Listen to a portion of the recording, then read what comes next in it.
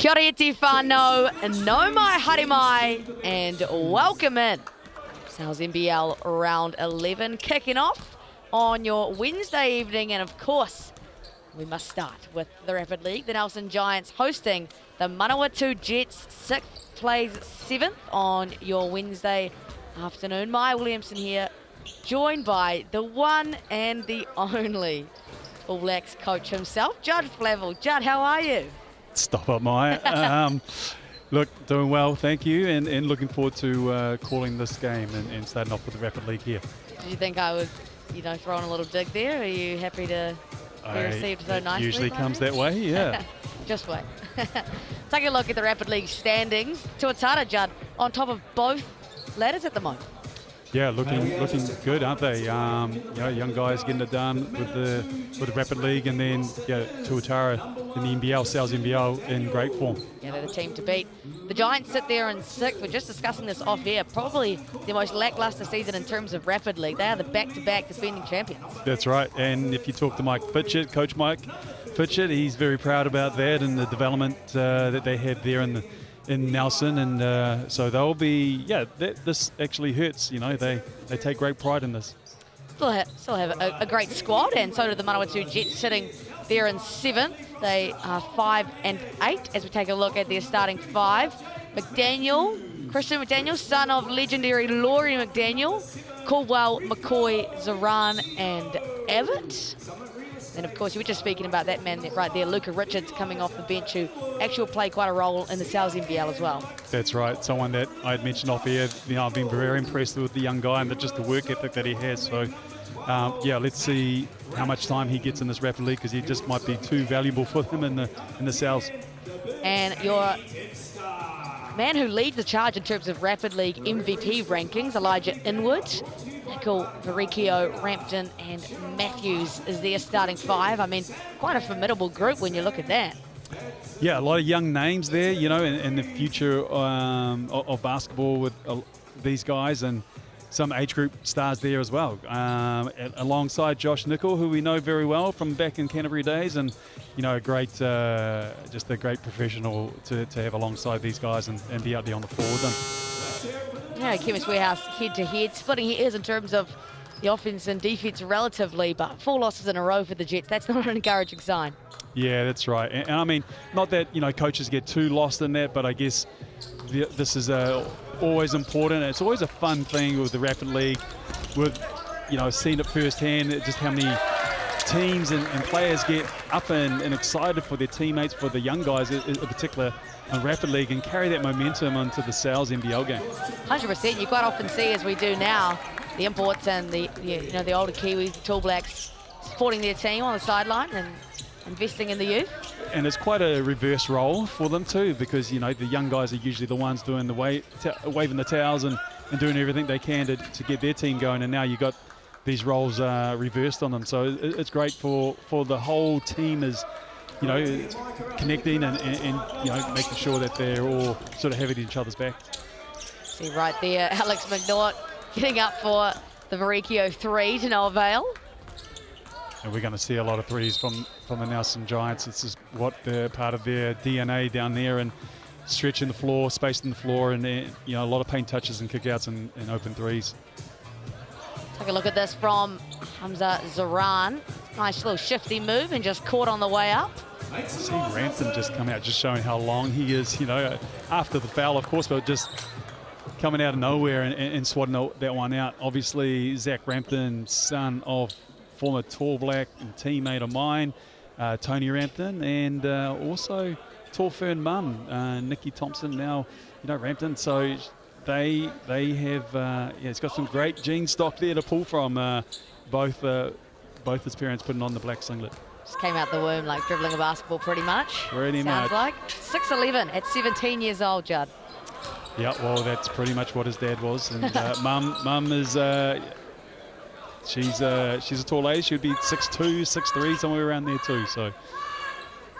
What does that sound we're hearing? Have you ever encountered that sound at Trafalgar Centre? Is that a magpie? Don't do anything to put off the Jets at home, but it doesn't actually work. 2-2. Here he is, right on cue, Zach Rampton. Take control out of the pick and roll. Matthews steps into one, and right on cue as to your last point there, Judd. Yeah, look, nice for them to move the ball very quickly against our hard show coverage, which we've come to see quite a lot now in this league. But just, yeah, coach will be very happy about the way that they moved the ball and found themselves an open catch and shoot three. Saran been one of the main offensive guys so far. There is McDaniel. 7 rebounds a game for him in Rapid League, and an and 1 for Abbott. McDaniel, put that down to McDaniel, just staying with the play. You know, he probably had no right picking up that loose ball off the floor, but just putting themselves in a great position. Yeah, there you go, taking it away, ripping it off, and providing a second chance opportunity. You know, the best moments to score is transition, and then offensive rebounds because the defense is scattered, right? And so offensive, oh, here's that crow again. Oh, What's going on? Put you off a little bit there, Judd. It did. Well, Matthews will set the offense up here. Done a great job being the point guard for this group, Matthews. Matthews decides to dribble over top of that hard show this time, and then you can see, as a result, defense didn't need to shift so quickly, and they were attacking short closeouts instead of trying to move that ball quicker. Didn't quite work for them, and with that transition you speak of, Caldwell, a sharp shooter, nails it in transition. Just got to admire the confidence of these young players, just pulling up in three. You know, no advantage there except for just to have an open catch and shoot three, but pulling the trigger. Thanks very much, Steph Curry. I feel like I saw a similar looking shot from you at the World Cup in 2004, is that? 2002, but we won't talk about it. Yeah. So I wasn't alive, you did. Yeah, I got nothing for that. You did a great job leading the hooker, man. You did a great job. Ago. Yeah. Great move there, Elijah Inwood. Just got a little bit of a bailout by the Jets. Smart though. He continues, even though he's behind the backboard, he still goes through the shooting motion to make sure he secures his 2 shots at the Chemist Warehouse. He's been great, Elijah Inwood. 11 points per game, 3.5 rebounds, steal, and an assist per game. Like I mentioned, leading the MVP rankings. And yeah, really making his mark known here in the Rapid League, and some minutes off the bench as well in Sal's NBL. Just keeps himself busy on the basketball court, doesn't he? Like, goes looking for action, gets himself involved into those numbers. You know, whether it's offense, defense, like he's making an impact out there on the floor. Reminds me in some way a little bit of a younger Walter Brown back in my early days. I can see it. The length, a little bit lanky, you know, bound to put on a bit more bulk. But just active, you know, like just everywhere, doing the little things that you know, that he usually a lot of players don't want to do. Yeah. You know? And his elder brother Aston Inwood was similar to that in his makeup for the Giants. That sound is something different. Do you reckon it's a human or a bit of a bird in there? It's got to be a bird for sure. I mean, the Jets have done well under the pressure. This is going up. Here's Nickel. Oh, you taught him to do that, Judd, surely. Surely, of course I did. Josh Nickel nails down the open 3. Good shooter, good spot shooter. Tough shot there for Caldwell, and the Giants to go here. Great handle. Josh Nickel. Baricchio in the corner, man. Caught fire now. These guys are on a roll. And this is, you know, we talked about their style of play, I guess, down and shoot a lot of threes, but you see the catch or the turnover turn into quick transition points. They're quick to run ahead. Look, getting ahead of the basketball, getting behind the defense, easy layups and open threes. The recipe for modern day basketball, isn't it? 100%, and other defensive energy there from Baricchio, who loves to get up and in, and here he is right on cue. Nickel cutting Caldwell, the turnaround to no avail. Again, Giants with momentum. And yeah, that's the different types of shot selections that we're getting, yeah, from both teams, you know, like tough mid-range fadeaways. I'm sure Caldwell can hit that, but, you know, first let's see if we can explore the paint, get to the rim, or the open 3. We can always get that shot later on the clock. Giants don't need the paint. They're 3 or 4 from 3, Judd. Well, when you're feeling it, you're feeling it. There you go, Caldwell. Get to the rim. Get to the rim, yeah. Explore that first, you know. Like, put the pressure on the refs. You know, there's multiple ways of scoring this thing. Get yourself to the foul line. There's so many positives. Obviously, getting free shots here from the Chemist Warehouse. But also, you be able to set up your defense now. Like, you know, there's no transition basically going the other way. So now you've defended the hardest thing that there is to defend in basketball. Coolwell, 22-year-old out of North Harbour, a Westlake boy, played for the Tuatara back in 22.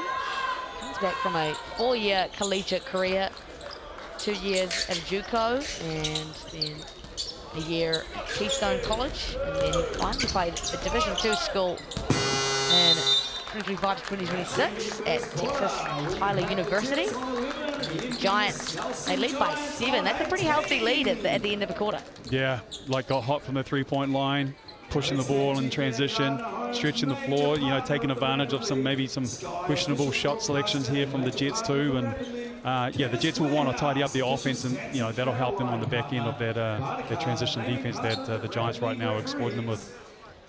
And what better thing to pair with Rapid League and Sal's NBL viewing than a large cheese pizza? $30 in this economy. Judd, are you going to miss Sal's Pizza once you head over to Japan? I mean, yeah, you go to Japan, so yeah, exactly. Like I do love a good slice of pizza, and Sal's definitely turn it on. Don't know. I will be back. I am coming back. You know, I'm not living. I'm not going to be gone forever. Yeah. Phil, I was getting worried.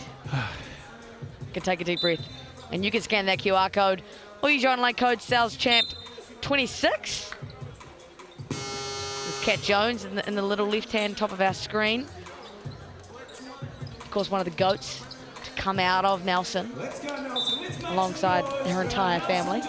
Yeah, I was just going to say the Jones family. And there's a few families, you know, you get to these regional towns and, you know, you got the Fitchets there as well. And, you know, the Ramptons that I just talked about. Yeah, Nikki Thompson is from Nelson as well. So, yeah, the family connections are strong.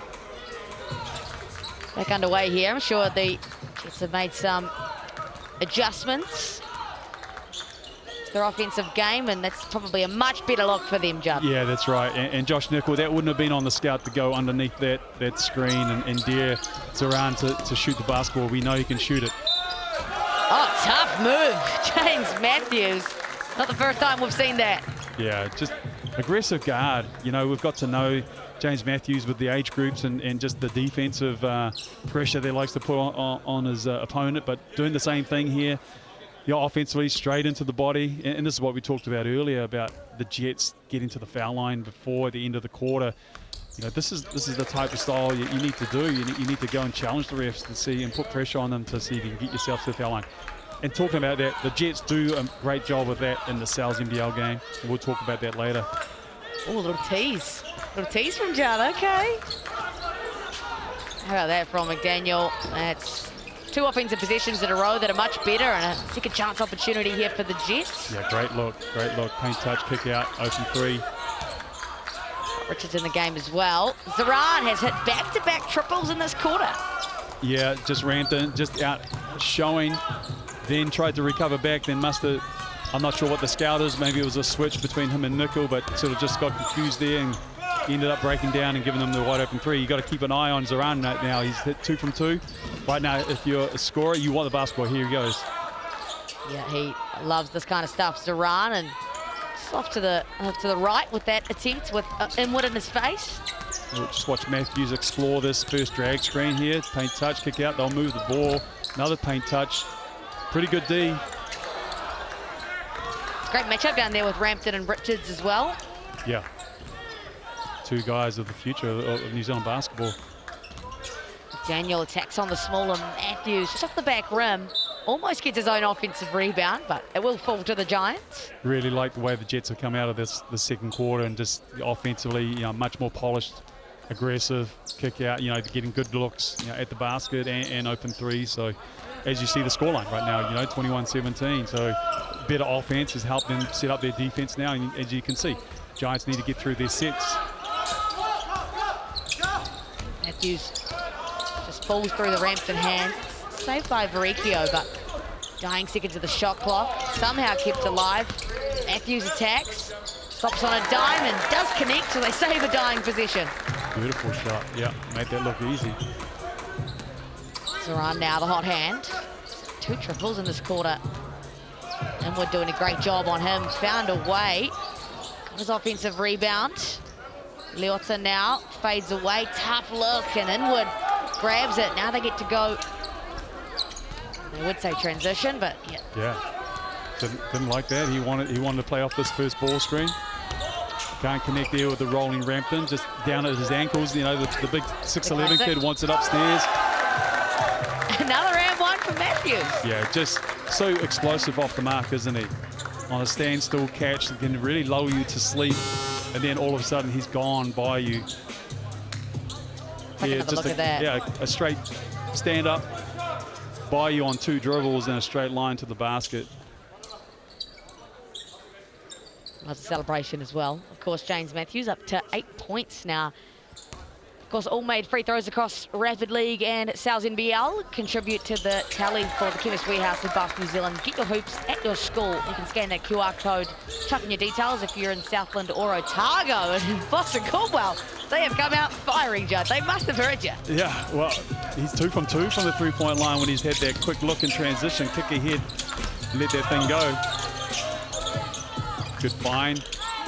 Riccio hesitates. Connect on the second. Probably could have just shot the first. That's right. And it's going to be Giants' possession off the hustle. Lead by 6. Quite had the same success from 3 as they did in that first quarter. And notably, just playing with 5. No Sam Dempster to come off the bench here in Rapid League. Nickel. Tough shot over Zoran. A much better defensive position there for the Jets. Yeah, great position there. You know, tough shot there for Nickel. Running out of time to really get through another action, so he had to do something on his own. Oh! Great finish there from Caldwell again, feeling it. Great attack. Showing us some skill here. Yeah, there's a lot of skill on display. Caldwell, a leaf out of James Matthews' book in terms of the AM1. Didn't even look at the rim. He just was like, hopefully this goes in. And you asked me off air, you know, about the Rapid League, and I talked about how it's great to see young guys taking the opportunities and, you know, really putting their name out there, and otherwise potentially just sitting on the bench, you know, back end of a bench and maybe getting some minutes or some garbage time minutes. But right here in Rapid League, you know, full exposure on TV, showcasing themselves, and you know, also for them for next season. You know, they want to continue to grow and push themselves. So. Yeah, right now, probably didn't know too much about Caldwell before this year, been overseas and everything, but now well known, you know, just by the pure fact of playing Rapid League and getting himself out there. Yeah, 100%. I mean, if you're not around the kind of rep space that he was in or in the school space that he was in, there's, you know, probably maybe not a lot of reason, as that's a lovely inbound play. Matthews. It's true. His third and one of the quarter. Great misdirection play. You see him run off the UCLA, flared his way out to the corner at the same time. You see a stagger screen away, takes all the attention, the turn of the head, great eye-to-eye contact. Yeah, they've executed a well play. Coaches get really excited about that stuff on the bench. I was going to say, this must be a dream for you. I mean, you've been in many experiences like that when you've had to draw something up. I mean, most notably, double OT against Taranaki Years in, what was it, 2024? Lockie Olbrich? Yeah, that was the one. That was the Lockie game winner. And what did you say? You sat on the couch for like 2 hours after that game and you just existed? I think that was just more the emotion, like going back to that game. It was a double overtime. Yeah. It felt like we'd won that game twice and then lost it, and Taranaki came back and then we had to win it a third time. But that's the reason why we love this game, right? Just the things that can happen and all the way down to the last second. So reasons why we love and hate it, depending on which side on the fence you're at. Would hate to be the Taranaki in that situation. And speaking of which, Christian McDaniel just picks the pocket of Matthews, calls the timeout while on the ground. Some high IQ stuff, and of course, play timeout made possible by BNZ. You can scan that QR code and your ticket to the big game. Take a look at this. That's a coach's son right there, calling the timeout on the ground. Yeah, absolutely. Quick hands, quick recognition to. Let's see what play they draw up and come out and execute here. Who do they go for? Who do they look for? And James Matthews just picks it right back. Surely the 4th and 1. No, he doesn't get it. Rampton, it'll go. Zach Rampton doing what will please his coaches, always following up on that layup opportunity, never assuming that their thing's a done deal. 5 points the lead for the Giants heading into half-time in Rapid League here, but a much better quarter in terms of Manawatū. They won that quarter 14-12. Yeah, if you take out that last turnover and layup, I guess in transition here, that was a great quarter for the Jets. A lot to be happy about. Cordwell, who we see on in front of us there on screen, comes out, hits a couple of threes and gets them going. So, but yeah, really happy with I guess the way that they've made those the adjustment from the first quarter. 12 points for Caldwell, and Matthews with 13. We'll see them leading the Chemist Warehouse stats there, and then contributions aside from that, Inwood and Zoran most notably. And we'll see McDaniel topping this next category. 5 rebounds already for McDaniel. Well, he's another one of those players, as we talked about, with Inwood just being everywhere on the floor. Like McDaniel, this is what he's going to do. He's going to, one of those rebounds he had, he just whipped it off the Giant and secured a second chance opportunity. But yeah, I expect him. This is the type of stuff that he does. Nicola in there as well with the assist. That's 3 for him. Kind of more of a veteran status that he has among those younger Giants players.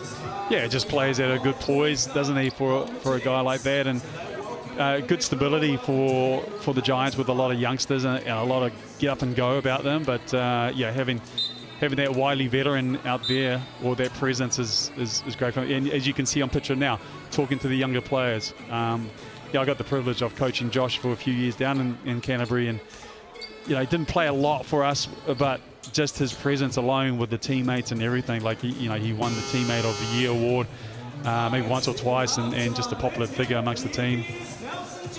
Yeah, I've been told that he is genuinely one of the best teammates that that coaches and players alike have ever seen.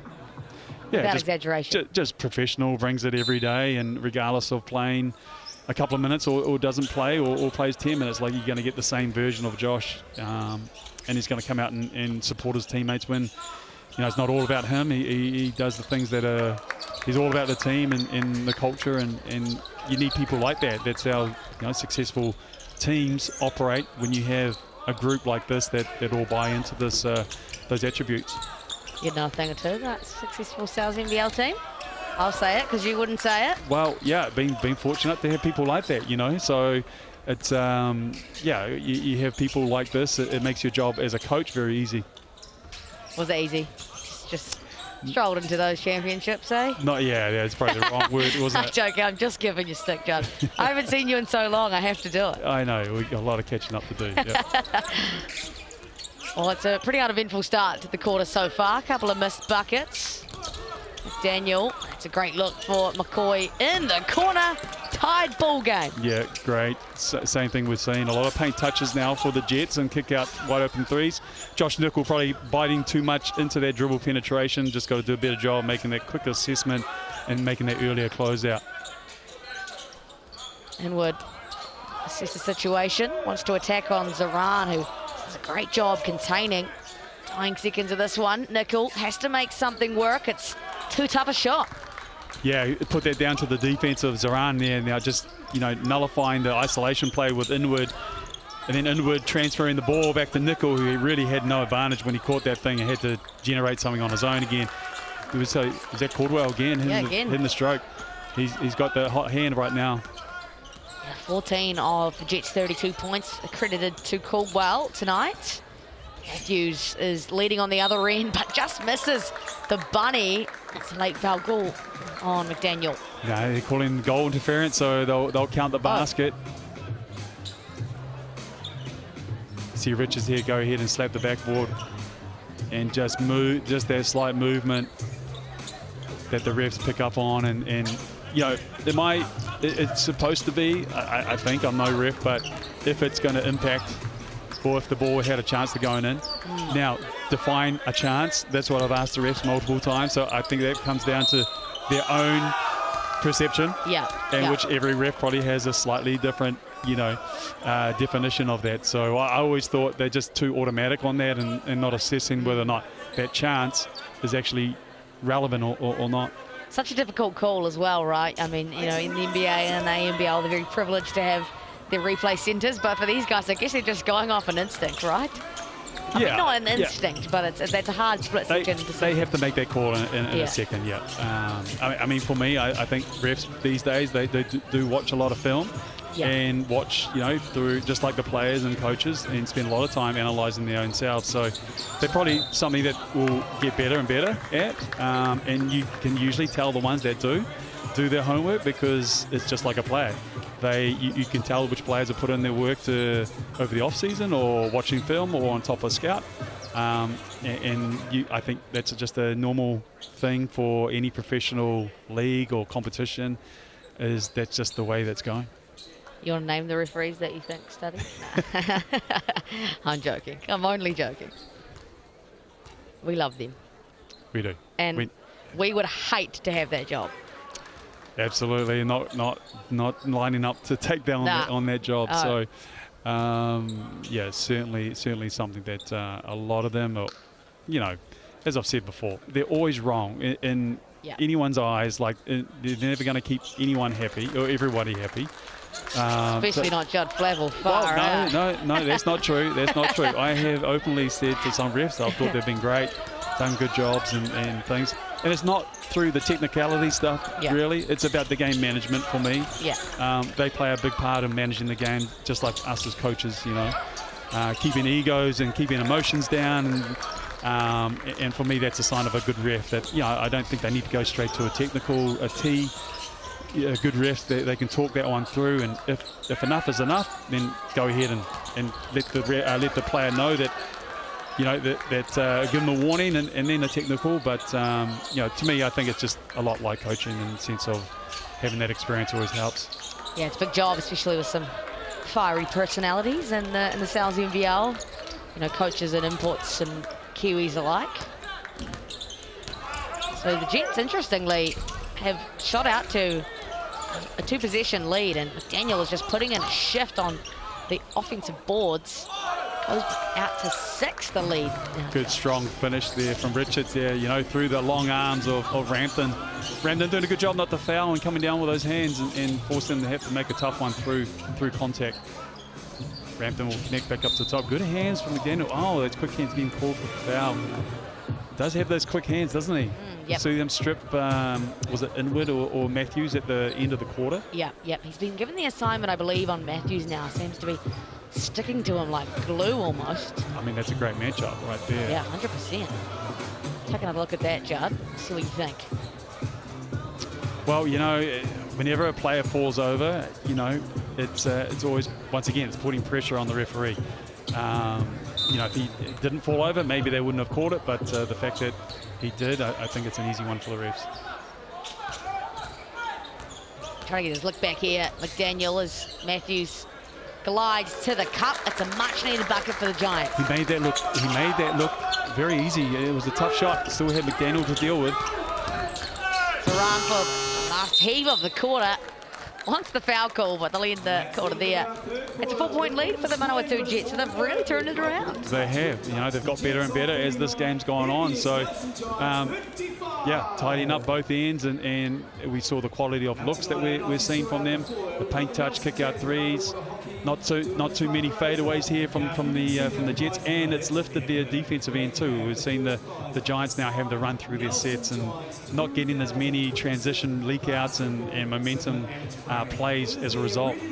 Well, just 5 points in that quarter, Judd, for the Giants, including that last bucket we saw there from Matthews. 14 for the Jets. Yeah, well, I guess that says it all, doesn't it? The Jets are really locked down on the defensive end. And isn't it interesting, like, this is a sport, basketball, that, transition is such a huge part. It's ebbs and flows of the game. Transition, you can quickly get out, 6, 8, 10 points sometimes in these runs. And so if you can really tidy up your offense, get great shots, great looks, it's going to help you set up your defensive transition. That way your opponent's not getting these downhill attacks on you. Now you're keeping them in the half court, containment, work your defense and your, I guess, your system there. and utilize the shot clock. You know, like you're not going to stop a team from shooting the basketball, but you can determine what that shot looks like at the end of the day. I think we're going to see a lot of that in the Sal's NBL game, you know, given the offensive prowess of the Jets and who they have and their firepower. That's probably going to be a key focus.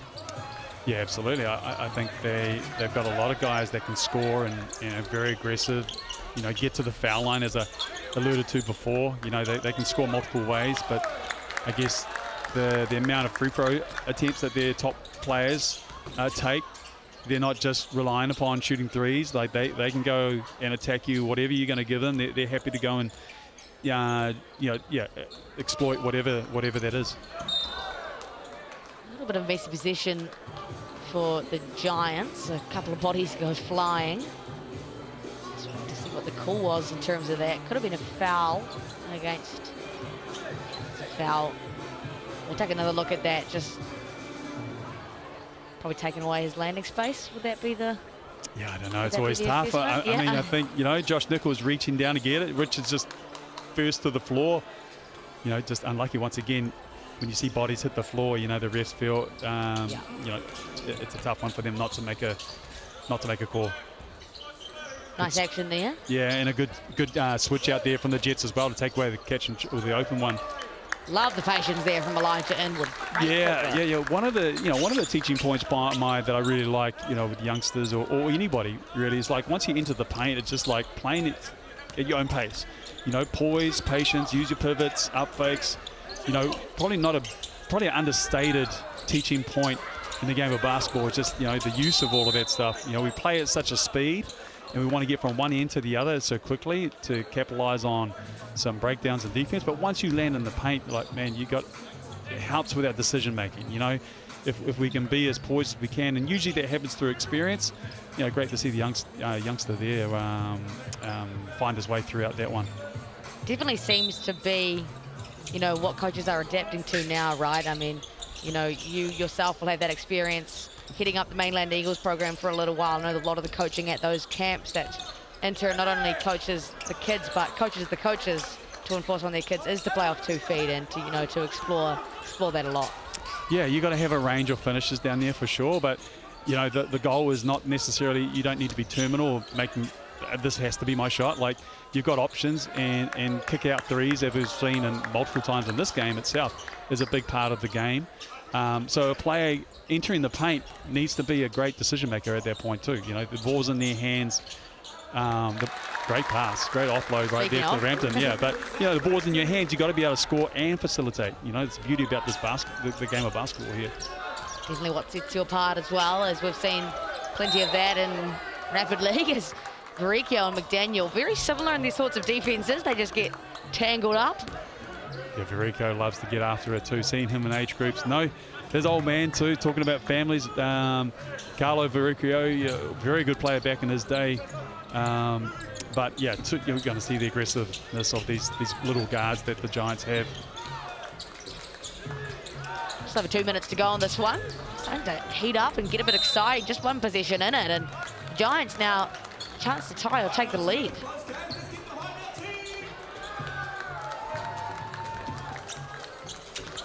Bit of token full court pressure there from the Jets. It's broken with a punch screen, and Vericchio loves an open floor, but blocked away pretty easily by Richards. Yeah, pretty predictable, I think, for Richards. You know, I think obviously Vericchio going into the bigger bodies here, but Richards just sitting there back waiting for him, you know.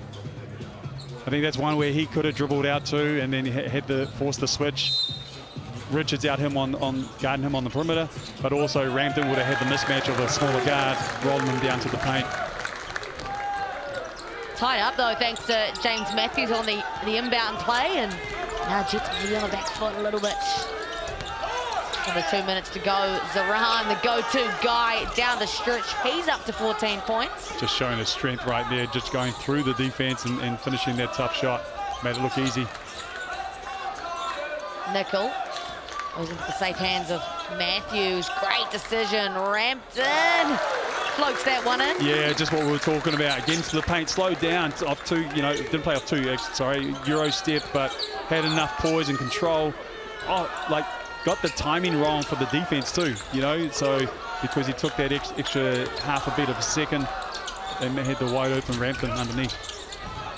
Jets doing a heck of a job on the offensive rebounds, John. That's 8 in the game for them. Yeah, there we go. We got a ball game right now. It's you know, winning time right here in the last. We get down to the last minute. Things are heating up, and of course, the Giants doing it without a sub. Well, take a look at this. Both teams fighting for the offensive rebound, but it's going to come off Caldwell. Just see there's Sam Dempster in the background suited up, but probably not going to be injected in terms of, you know, minutes off the bench in Sal's NBL. Nickel, big time 3, doesn't connect, and we've officially gone into the sub-minute mark. Big possessions ahead. Daniel, the helm, finds McCoy, and that's an easy call for the referees. Yeah, I mean, he turned down the wide open jump shot to attack the closeout of Josh Nickel, but as we've seen multiple times, the back foot just going an inch too far and crossing that yellow line. That's the best defender in the game of basketball, isn't it? Well, it is as far as the corner goes, but probably not in other situations. Oh, big time block. Inwood gets it back, and Matthews will control. He's been massive down the stretch here. Can't quite beat McDaniel off the dribble. Doesn't get the finish.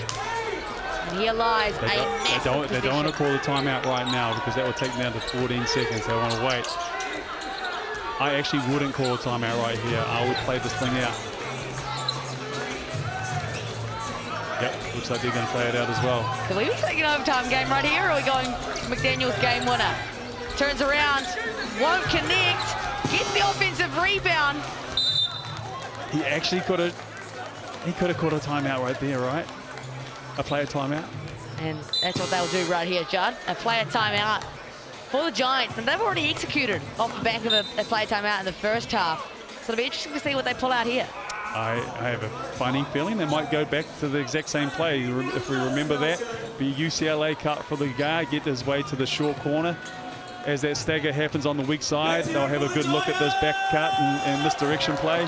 If they get nothing from that, they've got the guard coming off the stagger for a catch and shoot. Of course, BNZ sponsor our timeout, so you want to take it to the big game. When that QR code comes up on your screen, scan it. There's a bunch of tickets available to get along to a Sal's NBL game. We're chugging through the season at a rapid rate, so make sure you get amongst. Massive position here. Yeah, and look, it's the exact same setup too. You look at Rampton here, he's going to go and stagger away. And fire it in. Same play. And it's not going to be successful.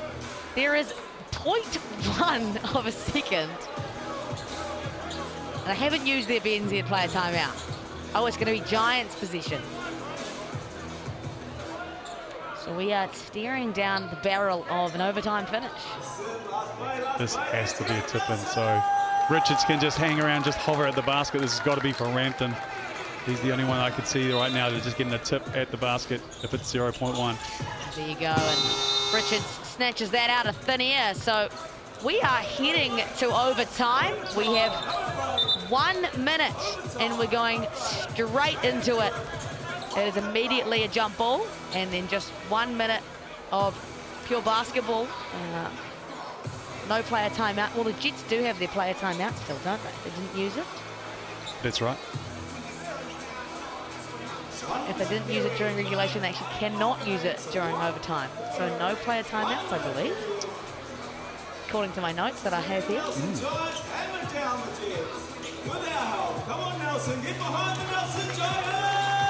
So 1 whole minute still left to go.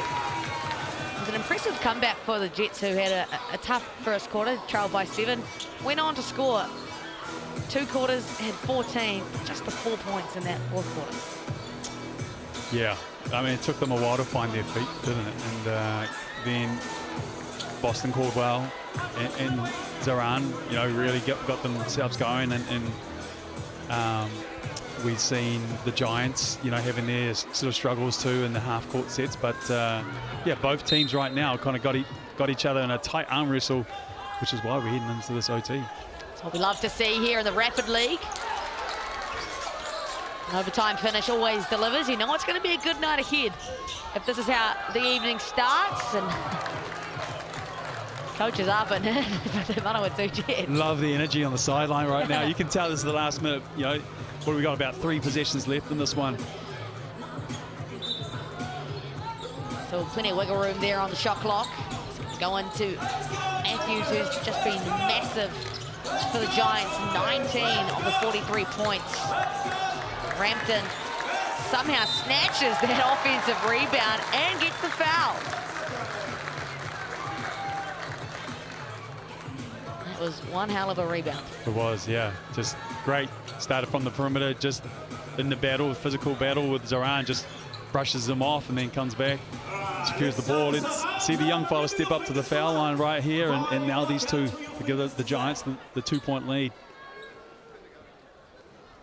Yeah, I just thought of that as I said that. My fault, Zach. Gonna have to talk to your ex-teammate about that. He'll make this one. You see that as it was going through the net. Did I? Well, it's a 1-point lead nonetheless. Super comfortable, but does enough. Jets go to here big time for Boston. Caldwell. McDaniel, to no surprise, gets the offensive rebound, but not the finish. Yeah, it looked like he might have just had some contact there. Just didn't seem like he was quite on balance after that. They're going to have to get after this. Yeah, double team smart by McDaniel. Force them. They're going to have to send another one. Just got to be careful with those fouls. It's the second team foul of the quarter for the Jets. So one more, and they'll go to the bonus. Yep, and this is you want to try your arm here. Like, I guess when you're going to make the play and foul, like, first thing is, like, can you steal it? You know, sometimes you'll be surprised that the refs don't call that heavy contact if it looks like you've got a bit of ball. So, here we go.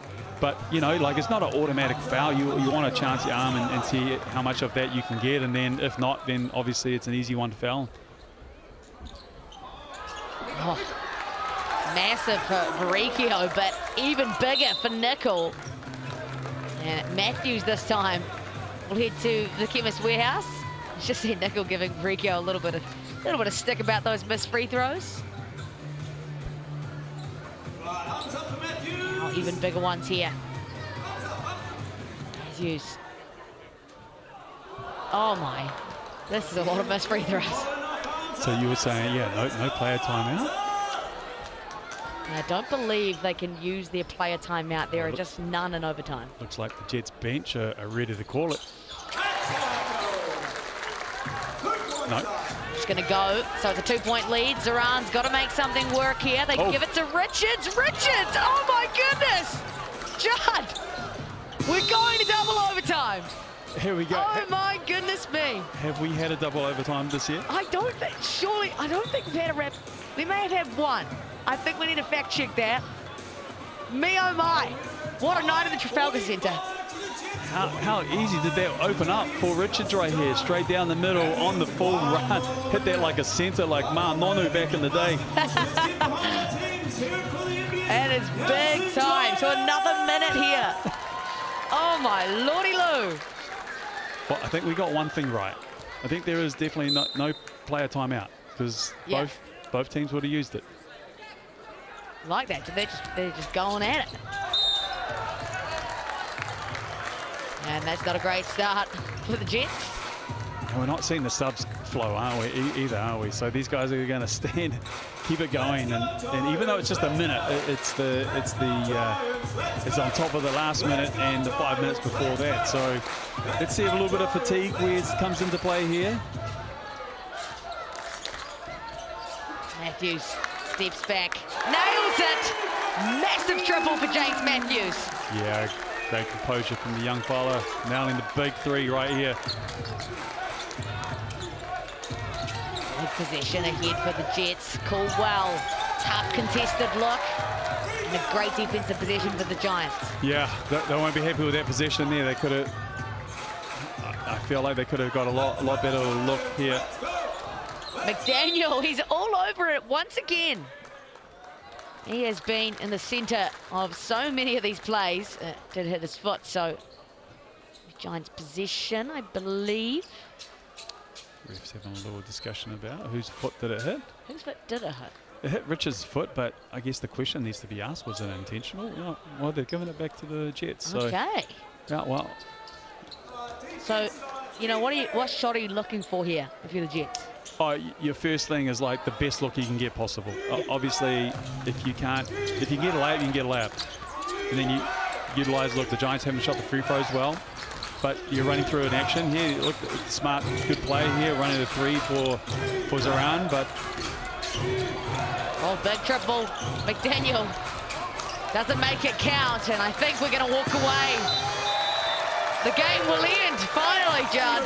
It's a double overtime thriller at home for the Giants, and they sneak away 48-45. Yeah, tough game, good game. Both teams going at it. James Matthews coming up big down the stretch there. Yeah, a big shot, but obviously a big game. 23 points for him. You know, a great game from the young fella. Caldwell and Zoran for the Jets were equally as impressive. Inwood contributing, and Richards with that game tire just down the end of the first overtime.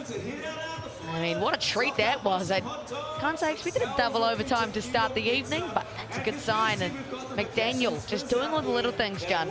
9 rebounds. Yeah, we talked about the plays of McDaniel and what he does for this team and getting on the floor, much like what we were talking about Inwood as well. So a lot of these players, you know, will have that's their part of their DNA is just how willing they are to do those little things. Couple of steals from Matthews and Nickel alike, and the Giants will be stoked to come away with that one at home. Don't go anywhere, because I bet the South NBL game is just about to be as exciting. And it'll be tip-off just after 7 p.m. right here on Sky Sport. We'll see you soon.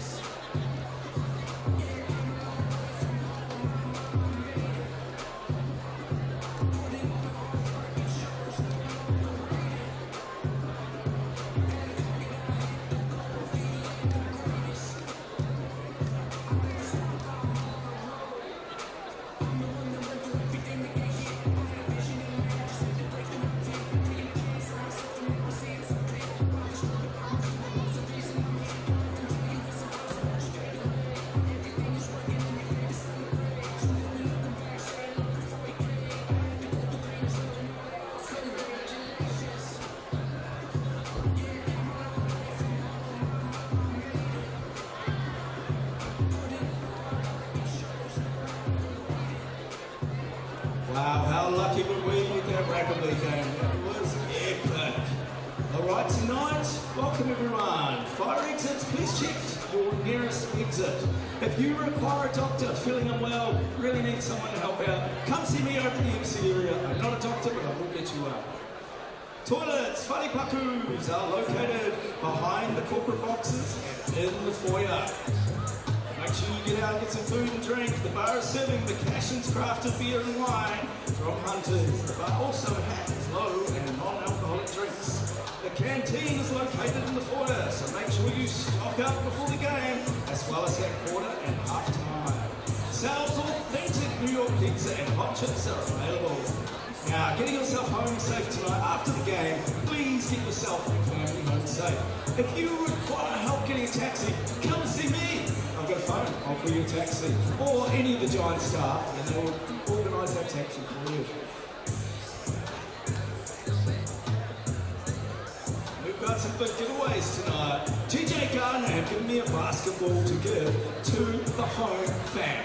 So the best home fan out there, I can see a couple now, I can see Michael down there, I can see one other young man up there who got it 1 week. Those guys were epic. They're epic every week. In fact, I missed you the last game.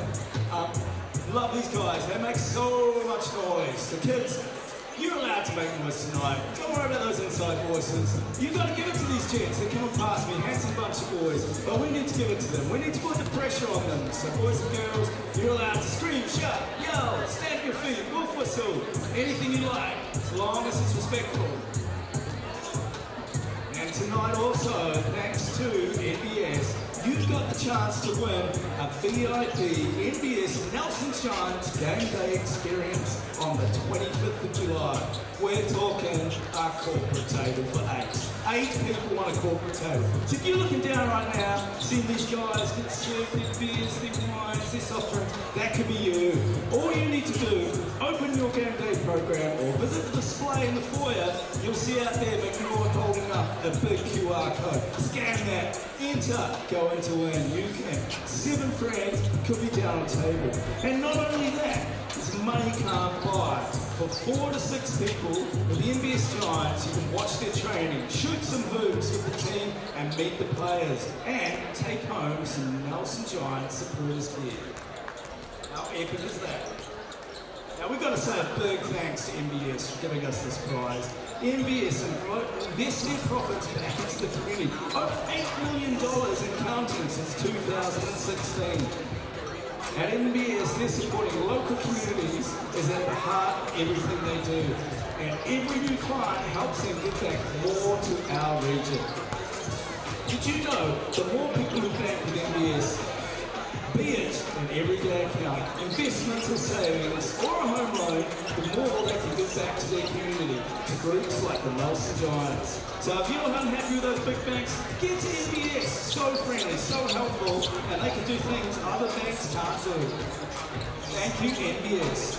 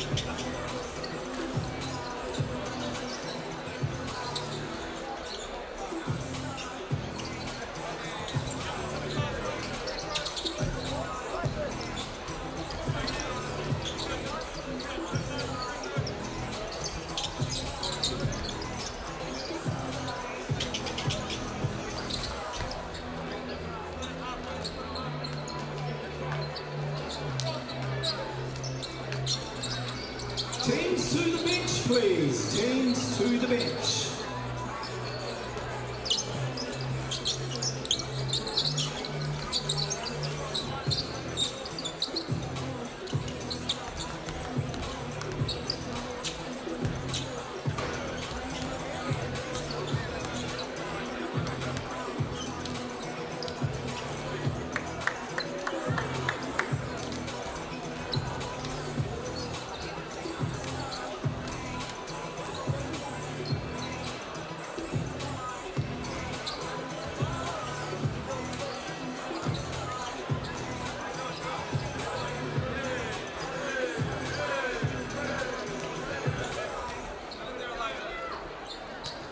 Right, let's introduce our rosters for tonight. Manawatū Jets roster, let's welcome number 1, starting Christian McDaniel. Number 2, Luca Richards. Number 3, Boston Cordwell. Number 7, Ruben Leotoa. Number 8, Isaac McCoy. Number 13, Hamza Zaran. And our starters for Manawatū Jets are number 0, Ty Webster. Number 4, Isaiah Small. Number 25, Haslo Evans Jr. Number 10, Caden Sand. And number 24, Jamal Poplar Jr.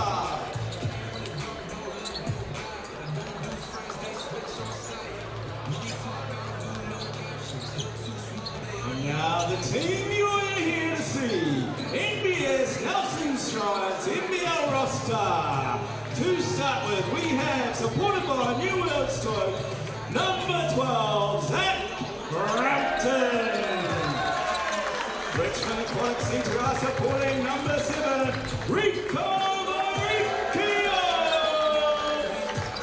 Summit Real Estate is supporting number 1, Elijah Inwood.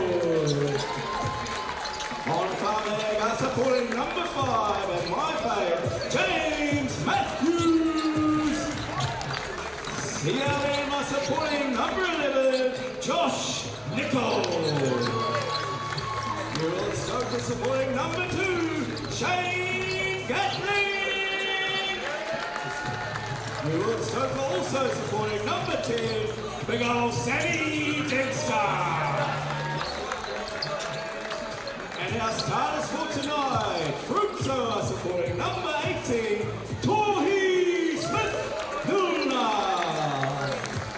He's also supporting number 0, Alex McNaught. Helen Ruston C. Casey and CO are supporting number 67, Leon Char. Alan Plumbing are supporting number 77,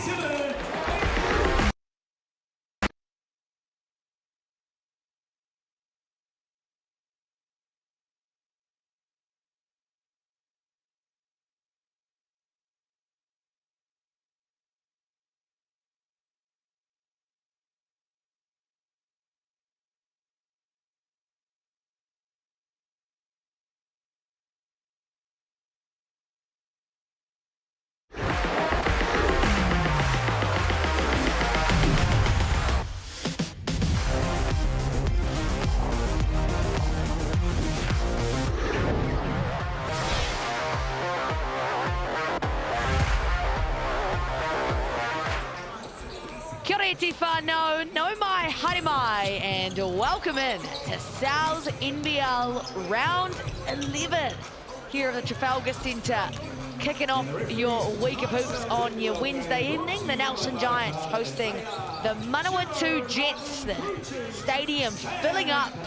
Maya Williamson here alongside Tall Blacks head coach Judd Flavel, recently announced as the Up the Brave was head coach over in Japan. Judd, welcome to the commentary booth. Thank you for that. Great to be here, and yeah, up the brave wires in Japan. There is your shout.vote poll, the Giants and the Jets. Where are the Jets fans at, Judd? Come on, yeah, tune in. Come on, Jets fans, like they're going to need your support here. This is going to be a tough game. This is two teams desperate to get a win here. 100%. This is a massive game. 9 plays 10. Both teams on a 2-game slide at the moment, Judd. And since we're in round 11, this is kind of getting to the business end where they need to perform. That's right. I mean, we're looking at the top of the table here, and none of these teams are featured here in the top 6, so they don't want to drop this game and drift further back away from this pack. Top 6 goes through to the playoffs at the end, so they want to be climbing that table, and as we can see, not too far away in terms of wins, but every game counts. Yeah, but the Jets here, if they get a win, they could, seriously be in contention for that top 6, and you don't want to be going to 3 on the bounce. We'll take a look at our upcoming fixtures. Sharks take the Ears tomorrow night, a potential for the Sharks to bump up their position on the table. And then speaking of the top of the table, Rams play the Fi on Friday night. That's one heck of a matchup right there, Judd. Yeah, that's right. A lot of good players, Tall Blacks on the floor of the Rams and Fi in that one. So Fi also a team looking to hang around and climb that ladder as well. Nuggets play the Ears on that southern swing, the swing that everybody loves in the South NBL. And then Tuatara play the Hawks at home on Saturday, looking to further assert their dominance as the team to beat this season. Judd, you've been really impressed with the Tuatara so far? Yeah, been impressed with a number of teams. I think they're top 4 for me with the Sharks, Rams, Saints, and the Tuatara are the teams to beat right now. They're the ones that have shown they've got depth, they've got talent, and they're getting it done. So, but yeah, Tuatara, recent form, getting that big win against the Saints. I think without Chris Johnson as well, just shows how good they can be. Speaking of talent, here is the starting 5 for the Property Boca Manawatū Jets. It is Ty Webster, no Corey Webster, unfortunately due to injury. So Keslow Evans Jr. uplifted into the starting 5 alongside Small, Sand and Poplar Jr. I mean, there is all offense in that starting 5. Yeah, transition. These guys can get downhill very quickly. Ty Webster, the head of the snake, so to speak, in that one. But if they get defensive rebounds and stops, this is a team that can convert and put a lot of pressure on the Giants' defense if they're in that mood. And in light of the recent Tall Blacks announcement, the man that has suited up 54 times, Ty Webster. Hey Ty, the Jets have multiple avenues to score in, with a variety of ways to attack defences in transition or in the half court. But the results haven't gone your way. Where do you and the squad need to improve to turn that potent offensive attack into wins down the stretch? I think you kind of hit it on the head with offense isn't really our problem. I think it's just more of a defensive thing for us. For sure. The Giants have been dangerous at times, but the offense has also sputtered, with just one scoreline topping 85 points in their last 5 outings. What's the defensive focus for you and the Jets as you look to take this game out on the road? I think it's about coach just playing the guys who are going to buy into the defensive plan. I think defense is kind of our main issue at the moment, so I think the guys who are going to commit to doing what we've practiced all week are the guys that should be on the court. Well, seems to be all about defense. He's all about business right now, isn't he? Talking about defense and, I guess no problems with the offense as we said, and a lot of firepower there, but sending a real clear, strong message. Calling his dad just coach. Yeah. Lose his dad status when he becomes his coach. Yeah. All business. I mean, he's all business, isn't he? Yeah. That's a great point. They allow 100 points per game, the Jets, so that's going to be a key focus. As we take a look at the starting 5 for the Giants, I mean, this is their tried and true starting 5. McNaught, Pera Hunt, Smith-Milner, Judd and Luukkonen. And for them, it's an opposite problem, Judd. It's about offense for them today. Yeah, and this is something that, it's a problem that I guess they're getting some great looks, and they just haven't been able to convert. Got guys there. Cruz, Pera Hunt, obviously carrying a lot of the bulk of the load there, the scoring. You got Gatling coming off the bench too, who I believe has probably got more in him. He's got a little bit of that X factor about him too. So someone that I think can really help this team and get him across the line. Yeah, there he is right on cue. 20 points per game, Gatling, in his first few outings with the Giants, and like you mentioned, Cruz, Pera Hunt, 20 points per game as well. Someone who can carry some load offensively we haven't seen a lot of yet, but has been introduced into your Tall Blacks squad, so I should say reintroduced after 81 games. And the black and white is none other than Tohi Smith-Milner. We caught up with him earlier today. Hey Tohi, the last time out the Giants were able to get off to a quick start, but as the game went on, the offense slowed. What are the key areas of focus for Nelson today as the squad looks to put together a 40-minute offensive performance? Yeah, just being able to pick and choose our moments. Like you said, we got to be able to sustain it for 40 minutes and not so much 15 minutes like we have in some games. But yeah, just trying to find a consistency in our offense. Yeah, for sure. The Jets have proven potent on attack with multiple scoring options on the perimeter and down low. What aspects of their offense are the Giants focused on as you look to keep their scoring options from getting loose? Yeah, they're pretty stacked all around. They've got a pretty good balance of inside and out, like you said. But yeah, just limiting them and showing different coverages yeah, is a big key for us tonight to be able to try slow them down. Well, thanks, Tohi. All the best for the game. Thank you. Don't be fooled by his expression. He actually is excited to be here. That is just, that's the mannerism of Tohi Smith-Milner. But I mean, what a great man to be one of the ones leading your squad. Yeah, and Tohi holds influence on this group in both ends, you know, offense and defense. Such a veteran that has, you know, very smart, played many games at a high level too, and somebody that from his own standards too. Like, he's a great shooter of the basketball, but, you know, not shooting the ball, setting the world on fire now with his shooting numbers, but certainly someone who can, and it's great to see him actually put up 12 threes in the last game. So I think that's part of it. He's got to be prepared to take those big shots and big moments on too. He's pretty good at just adapting to the team around him, you know, from what I've heard about him as a teammate. As we take a look at the Chemist Warehouse head-to-head, so that really, you know, emulates what, you know, both Ty and Tohi have been speaking about in terms of the key focuses for them. You can see offensively for the Giants, just under 84 points a game, and, you know, as you heard in that interview, they've only scored 85 in one of their last 5 occasions, and then 100 points per game for the Jets. I mean, those are seriously the key areas, Judd. Yeah, that's right. And the Giants will be looking to try to get more scores and opportunities out of transition too. That starts on the defensive end, as we know. As I said, I think, you know, Tohi being prepared to take those shots when they're given to him. Be interesting to see what the Jets do on the pick and roll with him today. You know, do they sit down in the drops and allow him to pop with space and time? And Gatlin's the other one for me, as I alluded to earlier. Like, he's shown his talents. He's got this spark about him that I think, you know, needs to just have that leash and, you know, undo the leash and let him go. He's a talented individual, and, you know, in his first couple of outings with the Giants, he's been really impressive. Like I mentioned earlier, 20 points per game, 2 rebounds, 2.5 assists as well. As you can scan that QR code, the Jets fans finally coming to town and influencing that poll a little bit. Sharon Martin, Sam Pan, and Samuel McFadzean are our Barcard match officials. You can see in the background there a Hurricanes Chief Super Rugby sign. You might not be able to see it without your glasses on there, Judd, but I'm not sure about that at a basketball game.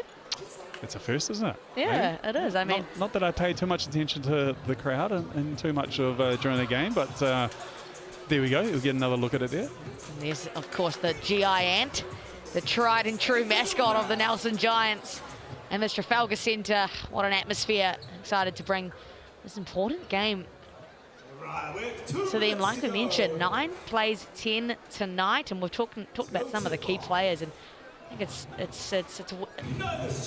it would be remiss not to mention Ty Webster coming off a 37-point performance, and, you know, in the absence of his brother, he's going to have to do a lot of the heavy lifting offensively. Yeah, he was looking deadly. Obviously, the 37 points speaks for itself, but just the way that he was doing it, attacking, you know, in full speed, you know, and he's come back from an injury too, so, you know, looking good out there. And you know, sitting on my unbiased seat here as Tall Blacks coach, you know, like, great to see that our players that are in great nick and getting themselves healthy and playing free. I mean, that must, you know, make you happy as a Tall Blacks coach with the qualifiers coming up for the World Cup. But seeing someone like that perform that well. Yeah, absolutely. And you know, the same is true when you see some people that are injured or struggling with little things. So obviously, yeah, we keep a close eye on everybody and tracking them and our support staff. And it's a great thing about this country. It's such a small country, so it's an easy one to keep your connections with. But yeah, we want all our local players and Tall Blacks and future Tall Blacks to play well. And me being in this neutral seat, it's actually great. You know, I really enjoy kind of looking at these games, having a close eye on it, and having another reason to watch it very closely. I mean, what a job you have, Rye. Can't complain too much about that. Not complaining at all, am I? No. And of course, you know, we talked about the players that you have, but Mike Fitchett is one of your assistant coaches for the campaign as well. Absolutely, Fitch been part of. This is how old I am, I guess. I had coached him back in Nelson College when he was at Nelson College, so played with Mike, worked with him for a long time. Just a great servant of New Zealand basketball, done so much for this country, and both as a player and now as a coach, bringing through our young talent and doing a lot of good things in the region of Nelson. It's not a large catchment area like the Aucklands, your main centres, Canterbury's, and but they've had some great players come out of that system and a lot of the junior players, and he's looking for that championship, but such an individual with a lot of knowledge, a lot of mana too in the New Zealand community, and doing a lot of good things here with the Giants. Yeah, it's an amazing guy. It's the best way that anybody could possibly put it, Judd, so well done. And we are underway here at the Trafalgar Centre.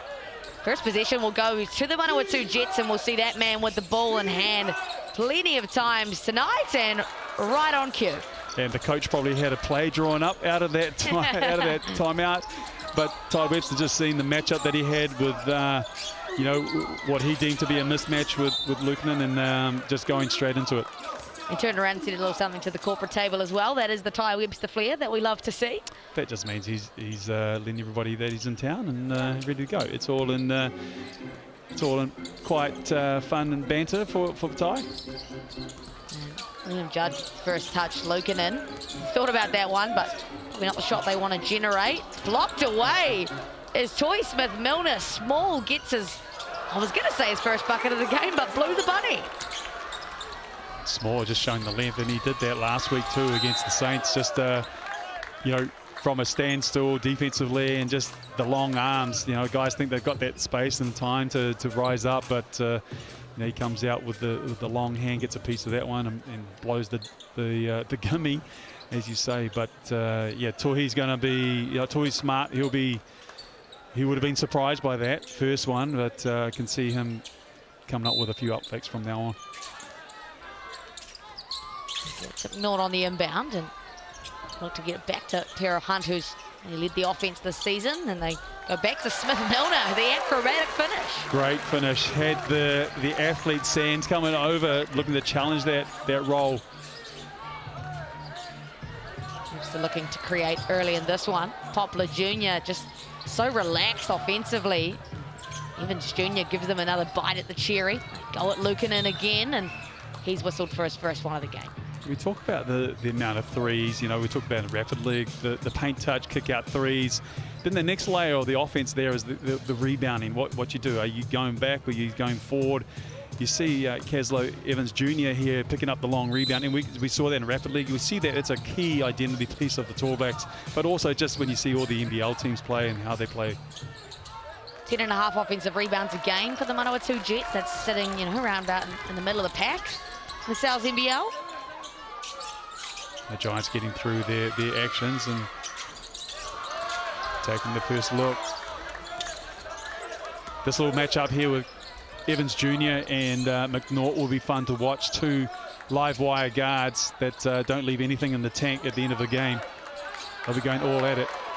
Great defense there from Lukanen, creates the transition opportunity. McNaught, recipient in the corner, just leaves it short. That offensive rebounding attack that we see, but McNaught whistled for the foul on Small.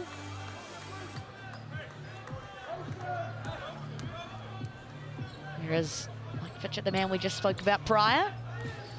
A couple of minutes into this one, just two apiece. Small, back to Webster, and say that name plenty this evening. Poplar Jr. missed his first, can't make a second. Great look, great ball movement off the pick and roll. The ball moved twice out of the hands there, and generated a great look for them. They'll be happy with those looks that they're getting right now. Judd attacks Lukanen. His three-point attempt is good, and the celebration. There you go. We've seen a lot of threes already being both teams happy to, you know, offensively, they're going to continue to take those looks that they're getting. They'll be wanting to, they'll be wanting to see if they can get more of this. Great roll from Small, finds the finish. Lovely basketball. Yeah, just once again, moving that ball out of that pick and roll, seeing 2 on the basketball, then getting off it and finding the easy points now. Luukkonen. Fundamentals, but couldn't get the finish. And just, this is where Sands is very dangerous. Off that rebound, bust out and go. Great work from McNaught, just being able to keep him on the back foot. Webster working on Tara Hunt. Fades away, can't connect on that occasion. Had his first bucket, but hasn't had luck since then. Tara Hunt in the corner, heavily contested. Back-to-back triples for the Giants. Yeah, and Cruz has had a great season here, scoring the basketball, you know, 20 points a game, shooting the ball well from the three-point line, being a real key performer for the Giants. And that's something Poplar Jr. does so well. Crash the glass. Yeah, just the length. We talked about Small on his deflection on the defensive end. Yeah, both him and Poplar, these guys come up with the basketball. They find their way to come up with the ball in their hands, and they're gamers, they're hoopers, and they read the play so well. Evans Jr. went for the highlight finish in transition and missed it. We'll see our first couple of substitutions come in. I know Dempster and Gatling making their way in. Take a look at that. Probably got a little bit off put by Tohi Smith-Milner. Yeah, Tohi did enough there just to make him have to think about his shot and change it, and was enough for the miss. Sand working on Judd, 2 athletes in it, and lovely finish from Sand. It's all tied up again. Yeah, I would have liked Judd there to just been a little bit more impactful with his wall up there, just cut him off. You know, did a good job, half a good job, but just too much room and space for Sand. Can't get the finish, but Sam Dempster doing what he does best. McNaught, Gatling into Luukkonen, and a big foul from Evans Jr. He was making sure he didn't make that one. Yeah, great work there from Luukkonen, and just doing the dirty work. Had the Small on him, sealed him. Great seal, great inside look, and he'll be walking to the Chemist Warehouse strike for 2. Take a look at that. Just the mismatch. Luukkonen, never any other expression on his face. The 23-year-old out of Finland. He's played all of his professional seasons over there until this one. He's averaging 10.5 points per game, just under 6 rebounds. 50% from the field. Misses that first try on the Chemist Warehouse. Yeah, and it's good to see him, you know, knock down a 3 to start off this game. Where, you know, he hasn't been shooting the ball particularly well from the outside. So, you know, we look at all the ways that the Giants can accumulate more points. You know, that's certainly one of them. That's going to be Giants' possession. Just a little bit of a wayward pass there. Got it caught out with Evans Jr. Yeah, McNaught just putting a lot of pressure on that entry into the offense, and you know, you can't shortcut things offensively when you have a great defender on you, and somebody like McNaught will thrive in those moments where, you know, all offense don't do a great job of creating the leads and being open on for those catches. Luukkonen been active early, but Luka Richards does a good job to deter any offensive output on that occasion. A little miscommunication here, but they eventually get the ball into Poplar Jr. McNaught digs in. Evans Jr. the open 3, but to no avail. And Poplar's a great back to the basket post player. I think that's a great layup there from an attack from McNaught. But I think Poplar is probably where they end up going when they really need a basket. They need something because they can operate out of the post. And you see how much attention he draws with the double teams, and opens up the free open looks from the outside. Webster skips it over to Sand, who's capable from downtown. Let's look to just slow things down here. 4 minutes and some change to go in this quarter. Gatling, really his first taste. Gets it back from Dempster. He's out of that 2-man game. Dying seconds of this one. They're going to go with McNaught. It's half contested jumper. Couldn't get the shooter's touch on that occasion. It's up in the air, but we'll stay with the Jets. We've got a timeout. The Giants rotating plenty of subs here early. Not Judd and Luukkonen all taking a seat. Zaran And for the Jets. this could be strategic as well for the Giants. Just, you know, the Jets have a lot of players here, you know, in particular the imports and Ty Webster as well. That'll play a lot. You know, they'll do the bulk of the heavy lifting here and play a lot of minutes. So the Giants rotating through bodies and keeping the pace up, keeping pressure on them. You know, hopefully they can wear them down at when you get to the fourth quarter. I mean, and notably, James Matthews, we haven't even spoken about it yet, Judd, a double overtime thriller in Rapid League. And James Matthews led the charge, 23 points. He did, and hit the big three just to get the win as well. You know, he was aggressive, attacking, rejecting ball screens, you know, getting to the paint, hit a couple of threes. You know, let alone the defensive work that he brings in, night out. So, yeah, great result for them and great confidence builder for the young fella too. Sand at the Chemist Warehouse Strive, and this was an area that you identified, Judd. They spend a lot of time at the Chemist Warehouse Strive. They do. I mean, they're aggressive. They got players that are athletic. They're capable of shooting the ball. They have players closing out of them. They've got the ability to drive and attack that.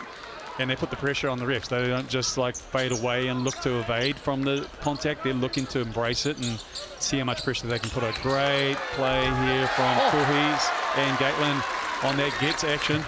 You'll see Torres, this is one of the beautiful things about Torres' game. He's such a willing passer, very good passer, has a range of passing, has a bag of passes from that spot. And the tough finish from Gatling over Sand, who is one of the league's premier athletes. Dempster doesn't need much time or space. And Matthews, I mean, you put him in to do things like that, right? If you're going to take McNaught out, Matthews is a great guy to put in. Absolutely, you know, talking to Coach Fitchett during the year, like you know, really trust Matthews and the job that he does on the floor night in, night out, and you know what you're going to get from him. You know, like never going to be a question about the effort. You know, he's going to be hustling. Doesn't need the basketball in his hands, although he's shown that he can score, but he's much willing to do all the dirty work that's required to get the win. Sand will be at the point guard duties now with Webster getting a break alongside Poplar Jr. Zaran. There's a lot of offensive capability. Gatling now getting a bit of action. Wants to go against Evans Jr. Takes it on him, floats it up and in. Yeah, like you saw Torrey Smith-Miller asking for the ball on the ball reversal, but Gatland, just with that space that he had, corner empty, just one-on-one right now. And you know, this is sometimes, you know, maybe not for everybody that they can take those shots, but for someone like him, that's a space and time that he can really explore and attack that one. Puts the Giants out to a 5-point lead with a miss on the other end. Pierre Hunt won't get the bucket, but gets to the Chemist Warehouse. A chance to put them out by 7, and just 10 points the answer at the moment for the Jets. Yeah, savvy play there from Cruz here. Just feel the contact, throw the head back, bring it to the ref's attention, and then once again, you know, getting himself to the Chemist Warehouse. You know, both teams, they're going to be interesting. Just, you know, keep an eye on the fouls too. You know, the Jets probably, you know, a team that will go to a zone just to change things up. You've seen them do that and be successful with that to change the game up, but also to conserve their key players that they need out there on the floor. Pierre Hunt looks look easy. He's leading the offense for the Nelson Giants this season. Debuted for this club in 2019 and has made his way back to being overseas. Evans Jr., great settler bucket for the Jets. Yeah, just what a good job of decelerating, getting into the paint, slow 2 steps, kept Torrey Smith-Milner off balance. Great ball movement. Matthews attacks that closeout. Floats it over to Smith-Milner. They get it back to Pierre Hunt. Back to Smith-Milner. Lovely patience and one.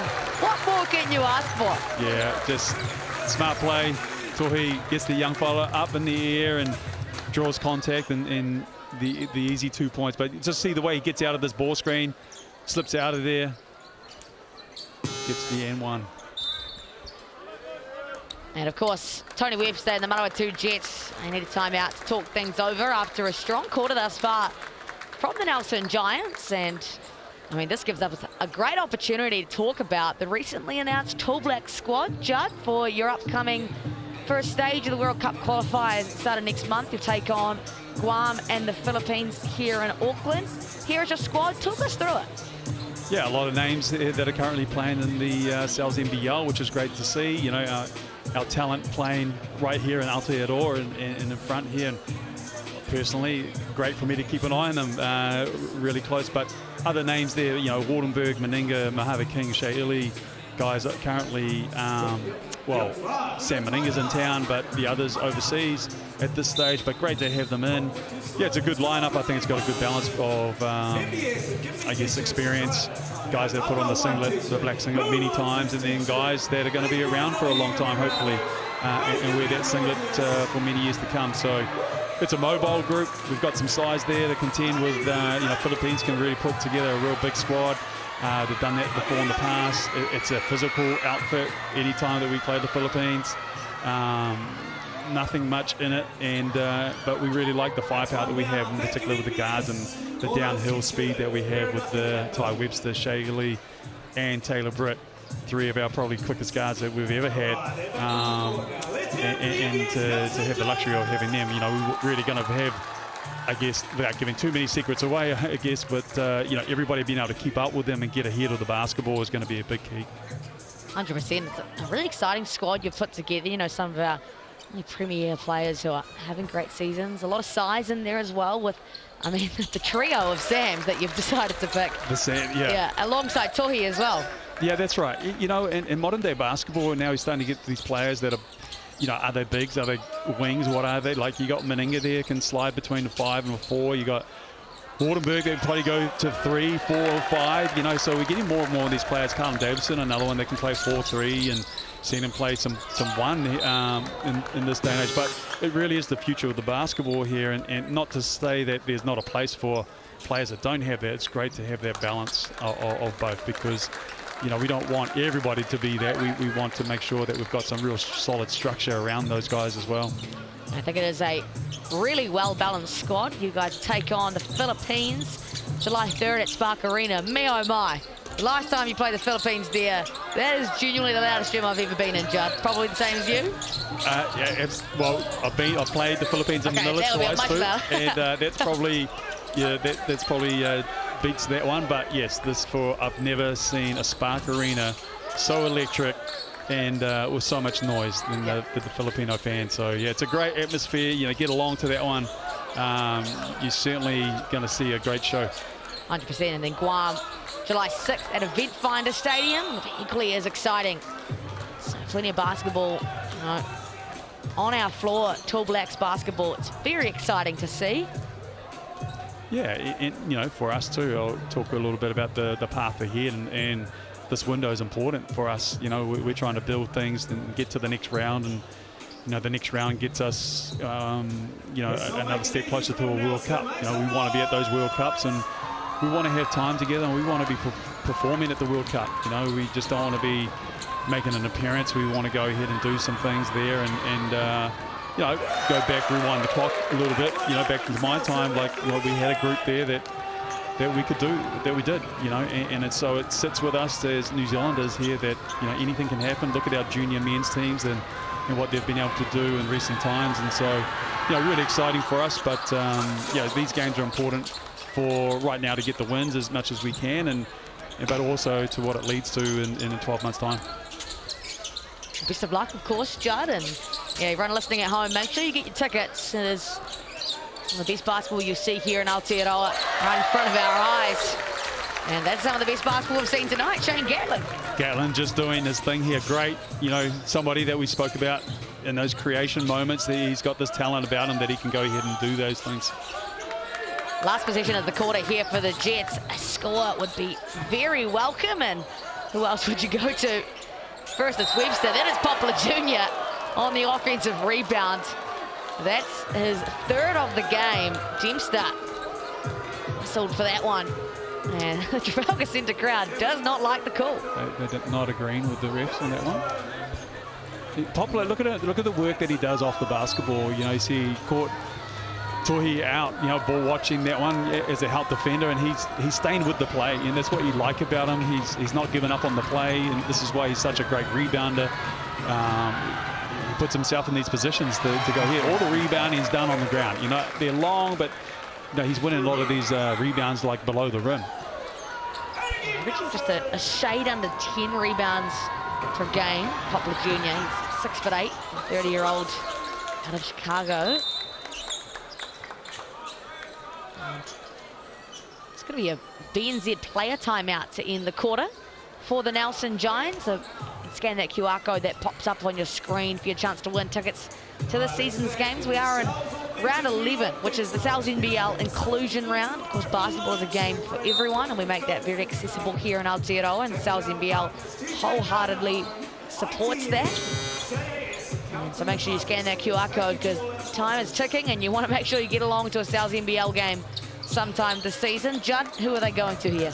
Well, we saw in Rapid League, and they've seen him do it throughout the season, the back cut for the corner guy right here, with McNaught.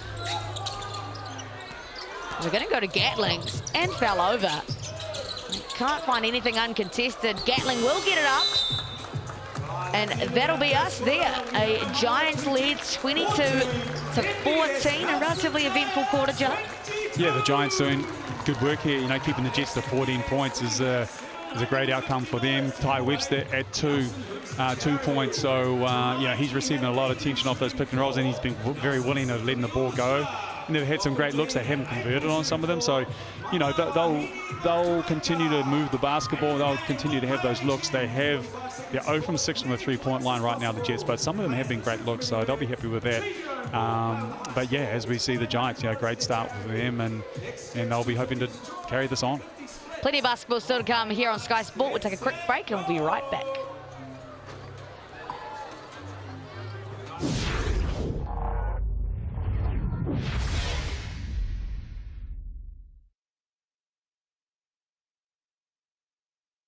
New Zealand's best young musical talent.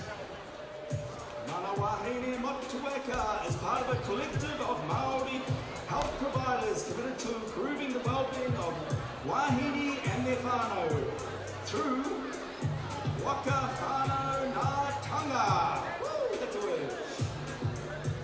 Personal development, learning opportunities, support and referrals. We're getting down now, last 5 seconds. 2, 1, and it's off. What have we got? Dean has 17. 17 for Dean. 19. 19 for April. Let's hear for April and Manawatū. Well done, April. High five.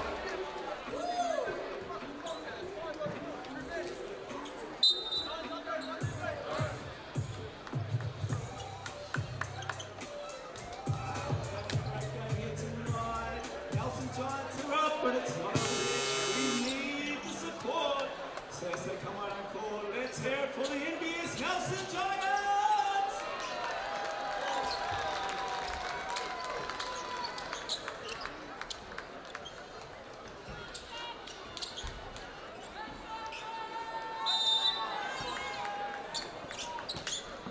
No mai hoki mai te whānau. Welcome back to the second quarter of action here for your Wednesday evening basketball.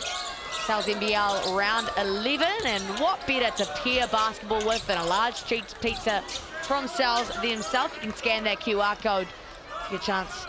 I mean, I'm losing track of my words, just so distracted by that large cheese pizza. $30 a pop in this economy is pretty dang good. Maya Williamson here, joined by Judd Flavel. The Giants had a heck of a first quarter, keeping the Jets to just 14 points. Yeah, that's right. You know, and a big part of that is keeping Ty Webster quiet. You know, only 2 points right now, 1 of 4 from the field, but not giving him the daylight off those pick and rolls that he's been so successful attacking.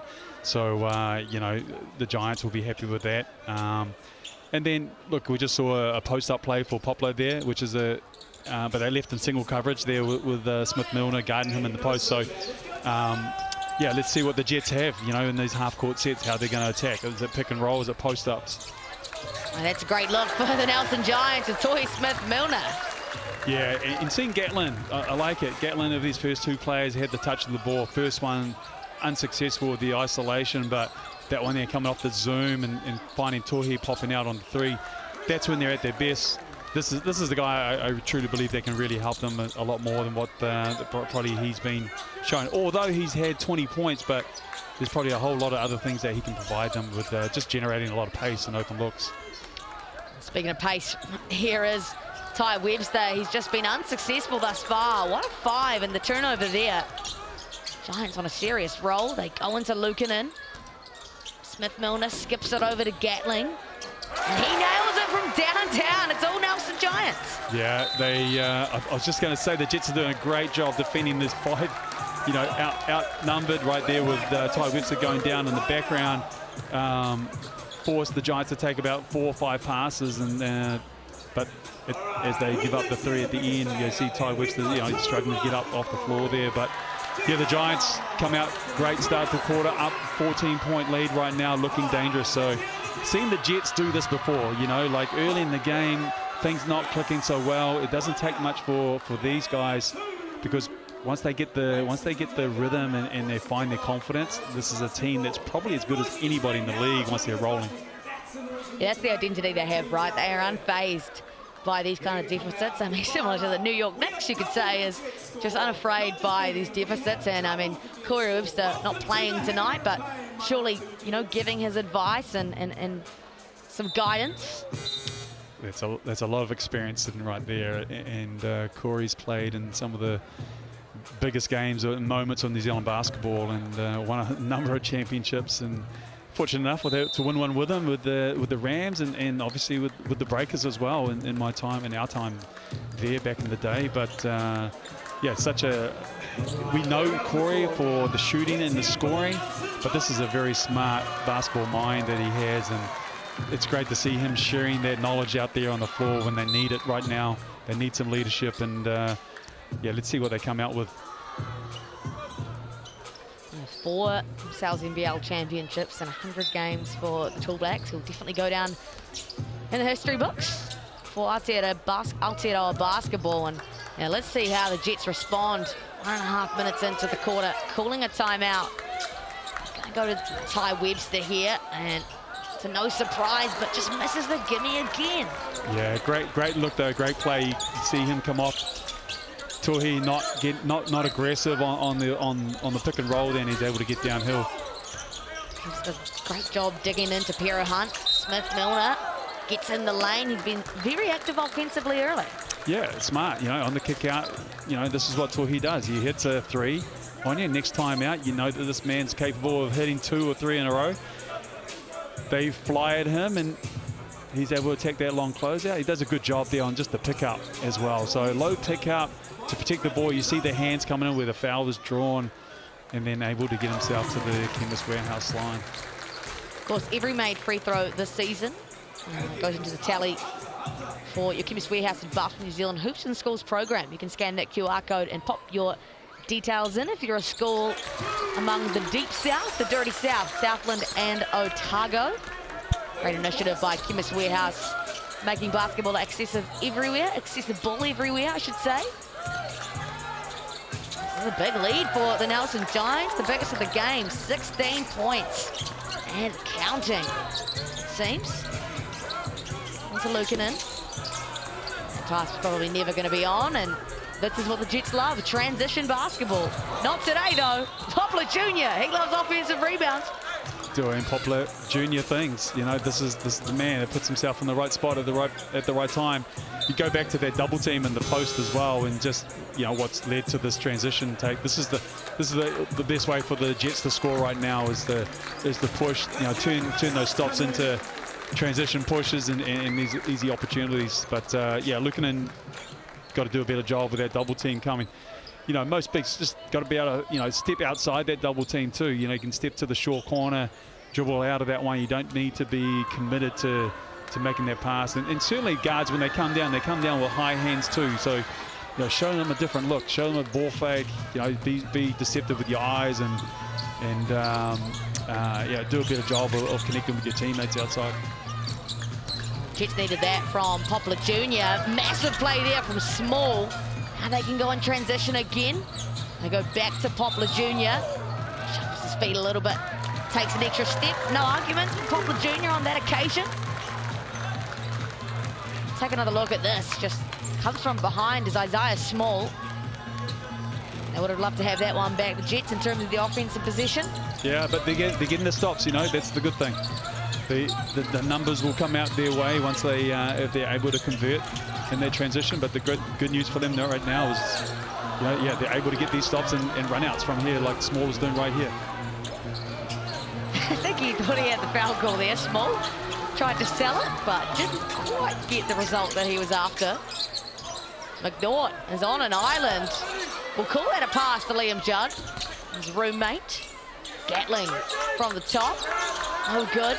Judd everywhere at the moment, comes up with it. And he gained some composure here through McNaught. Seems that slips out of the ball screen. McNaught. Oh, good. Another offensive rebound, Judd. This is what happens, you know, the Giants, they like to take the free ball, and you can hear Coach Fisher on the sideline calling his man to go ahead and crash the offensive rebound. So the Jets got to do a better job, can't be lazy, got to be more disciplined, stepping out and making these box outs. All these rebounds are bouncing away off from the hoop, you know. Long shots equals long rebounds. They got to do a better job of stepping out and connecting. And it was only a matter of time until Gatling got an advantage like this, right? Yeah, offensive rebounds. I talked about this in Rapid League, right? Just about the best times and moments to attack. You know, transitions one, and then offensive rebounds is another one where you got the defense slightly disorganized, maybe matchups or mismatches, and that's exactly what Gatling saw there. You know, he saw the young fellow in front of him and put on the Jets, and no help side was organized to be structured in providing that support. 28 years old, out of New York, Shane Gatling. He joins the Giants after playing in Hungary. He's played in Bosnia, Slovakia, Germany and Russia. There he is. A foul on Ty Webster, who they've contained really well. Just 2 points for Ty, who's coming off a 37-point performance. Yeah, I mean, look at the score right now. 17 points with a quarter and a half into it. You know, if they're able to, you know, continue this going into the half time, they'll be very happy with this. The Jets have so much firepower though that they can quickly put 10 points on in a hurry. And this is part of it. This is Ty right now being smart, accumulating those fouls, and it's going to come back and pay off in the last couple of minutes when they're in the bonus. Yeah, 2 quick fouls drawn on Dempster and Gatling. Just got mixed up in there too much, and Dempster knows it. Just a little late, and use. Wowee, there's the offensive prowess, Joe. And that's right, you know, and this is what the Jets could be looking at, bringing Dempster into this on board. Just saw the late being out there and drawing the foul. This one here, a little bit extended and open up the gap for Webster to be able to split. Not hospital pass over to Gatling. Got the younger Zaran on him, who contains well, fires it over to Dempster, has to shoot it, won't connect, but McNaught gains another position. Yeah, once again, you see McNaught just go ahead and push Poplar Jr. down so that he's able to secure all that real estate outside away from the basket, you know. You know, Jets really got to pay attention to this, otherwise they're staying on defense way too long. Those misses should be theirs, should belong to them. It's now taken away from their easy transitions going the other way, and now they're having to play another 20 seconds or 14 seconds on the defensive end. You can see just there, Caldwell giving up the foul on Judd off the back of the offensive rebound. They get it into Gatling. Gatling! Are you kidding me, Gatling? He shot that one over his head, but with a normal shot.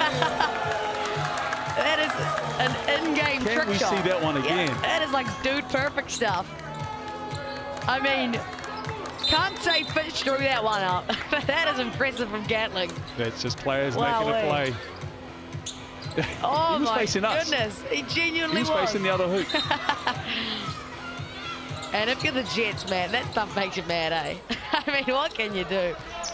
Absolute circus shot from Gatling, and McNaught, another tough finish. And here, the Jets, they don't have a timeout. I mean, they have their player timeout, their Benzier player timeout to use. The Giants have continued their momentum. And they go to here. Zoran is going to take the contested triple. Poplar Jr. Some real estate on the offensive glass today. Evans Jr. off the back rim. Dempster secures that one. Here they come through Judd. Uses this bit of judgment. Gatling.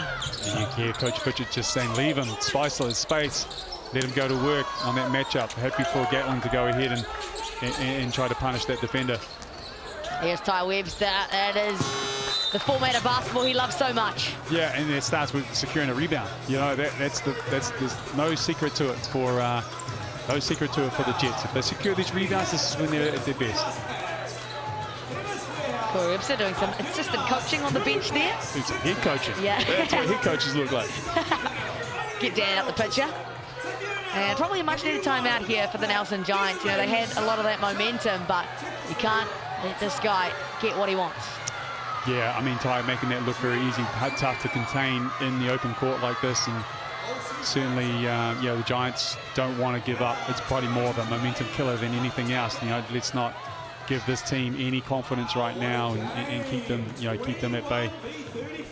And looking at the Jets, you know, if they're unable to score in transition like this, they've got to go to two places. You know, Smith-Milner was previously off court. You got to post up Poplar Jr. right here. But this is where this guy makes his money. And then you got Webster, as we've seen, being successful attacking Dempster on the pick and roll. Yeah, so you got two areas of advantages right now in the half-court sets. You know, and if you're not able to get those easy ones in transition or off offensive rebounds, make sure you continue to push those two buttons as much as you can. And if they do reinsert Torrey Smith-Milner here, as they have, what do you think they should go to?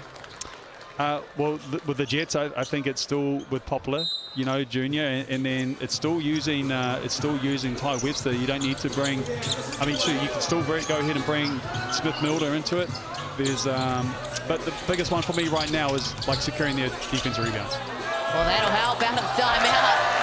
McNaught floats it up to Torrey Smith-Milner, who's up to 12 points, leading all scorers alongside Shane Gatling. Yeah, these are great signs. These are two guys that I felt like before the game that could really provide a lot of big offense for them. You know, as Gatling is up to 12 points, like you say, and now Smith-Milner, you know, ticking the scoreboard over as well. 37 points for a team that sole focus was, you know, offense. Webster gets the M1 and lets McNaught know about it. He's starting to get in that takeover mode, Ty Webster. Great pass, great connection there between the two, Webster and Poplar Jr. Great set there too. Looks like, you know, first time they ran their play, Webster's coming off the handoff up the top. Now beats the defender, catches him napping on the back cut. Yeah, I mean, what's underrated there is actually the pass. You know, being able to connect with him on that. Sometimes, you know, a lot of those passes are deflected. And makes the free throw for good measure. Ty, he's up to 7 points. Debuted himself in NZNBL in 2012. Hey, I remember that. That's the Auckland Pirates. Yeah, I was coaching there. Oh, look at that. Full circle moment. Now commentating him. Pero Hunt flies into the Gallagher insurance sign. Of the 1%ers the Giants are showing us right now. Lukanen, he's hit one. Won't connect on another. The foul's going to go against Cruz Pero Hunt on the rebound. Well, I missed that one. It'll be good to see a replay of that. But the Giants are an aggressive offensive rebounding team. They're going to send 5 into that, and they've been so successful with their offensive rebounds. Yeah, I'm not sure if I missed that one. Yep. It's going to be bonus for the Nelson Giants. So Ty Webster at the Chemist Warehouse stripe. To 9 points on the evening, I should say. Ty Webster. He's got 54 games under his belt for black and white. Averaged 13.5 points at the last World Cup in 2019. Sorry, Caswell Evans Jr. Chemist Warehouse strike. And Ty tried to do a cheeky and get in there, so the ref's noticing. Have done that before myself as a player, I must admit. Were you that guy, Judd? Would they recommend you to be the one shooting free throws in that occasion? Or? Can't say that I've done that. Humble. Humble. Zoe Smith-Milner, he's having himself a good old day. He is, once again, showing his capabilities of putting the ball on the floor. Here he is, just roughing up downtown with Poplar Jr., who isn't having a bar of it. Poplar Jr. going back, right back at Smith-Milner. I mean, fun contest right there until he's got to just be careful of his foul count. Just probably the extended armbar. But this is where the Jets can live. They can get good settlers here for Poplar Jr. It's a great way to get the ball in your hands, one of your main targets here offensively. And he's also shown to be a willing passer from there. So when he sees double teams, he'll find you. Then right now, what's worked for him is he's picked up a foul on Smith-Milner, which how many fouls are we looking at? 2. Okay, so yep, Coach Fitchett's put the conservative card here with Smith-Milner too, and it's given him the sub. So now this is all positive signs for the Jets here. Can continue to go down now with no Smith-Milner, and now maybe he gets his hand at attacking Luukkonen or Dempster. Poplar Jr. makes part of their offense. That's 9 points on the make there to go along with 9 rebounds already, 5 of which come on the offensive end. Daniel in the game for the first time for the Jets. You know what? Creation mode. Judd hasn't seen one hit just yet. And again, another opportunity created on the offensive rebound. Yeah, this is killing the Jets right here. These offensive rebounds. And another one. Just kills you to watch as a coach. Judd working on Webster. Unsuccessful attempt yet again. It's finally gonna fall to the Jets. No, it won't. It goes to the Giants. Me, oh my. Are they going to convert offensively here, the Giants? They do not, and Poplar Jr. gets his 10th rebound of the game. Here comes Ty Webster. Attacking Dempster, gets himself in a bit of a sticky situation. Finds Small. What a pass. He said sticky situation there, he was just setting them up. And it's going to be another timeout for the Giants. And you know what? I was going to say the Jets probably need a timeout to talk about the offensive rebounds that they just gave up and sat there on defense for the last minute. You see the frustration starting to creep in too with the Jets. They can do a much better job of this. I mean, we talked about the length of them, but the Giants have the bulk, I guess, in terms of body mass and just the force that they're coming down with. So, yeah, the athletes of the Jets have got to do a much better job holding ground, staying with it, and trusting their guards to come down and help them out with the rebounds. Small is having some kind words with the referee there on the baseline. The Jets had done exactly what you anticipated, Judd. They fought back, they were down at least 16. Back to 11. Yeah, well, the Giants aren't shooting the ball particularly well. We're looking at this right now, only 34%. But you look at the offensive rebound numbers now, 10. So they're able to capitalize, on those. Look, they're getting second, third chance opportunities here. The Jets, as I said, they can score in transition, but they need the ball before they can go. Yeah. And interestingly, just the 4 second chance points for the Giants. This is one of their many offensive rebounding opportunities. The Jets have 7 offensive rebounds themselves and actually 9 second chance points. So the Giants have to turn that a little more into some offense. And this is probably, go back to the start of the call on this, and that the Jets can score.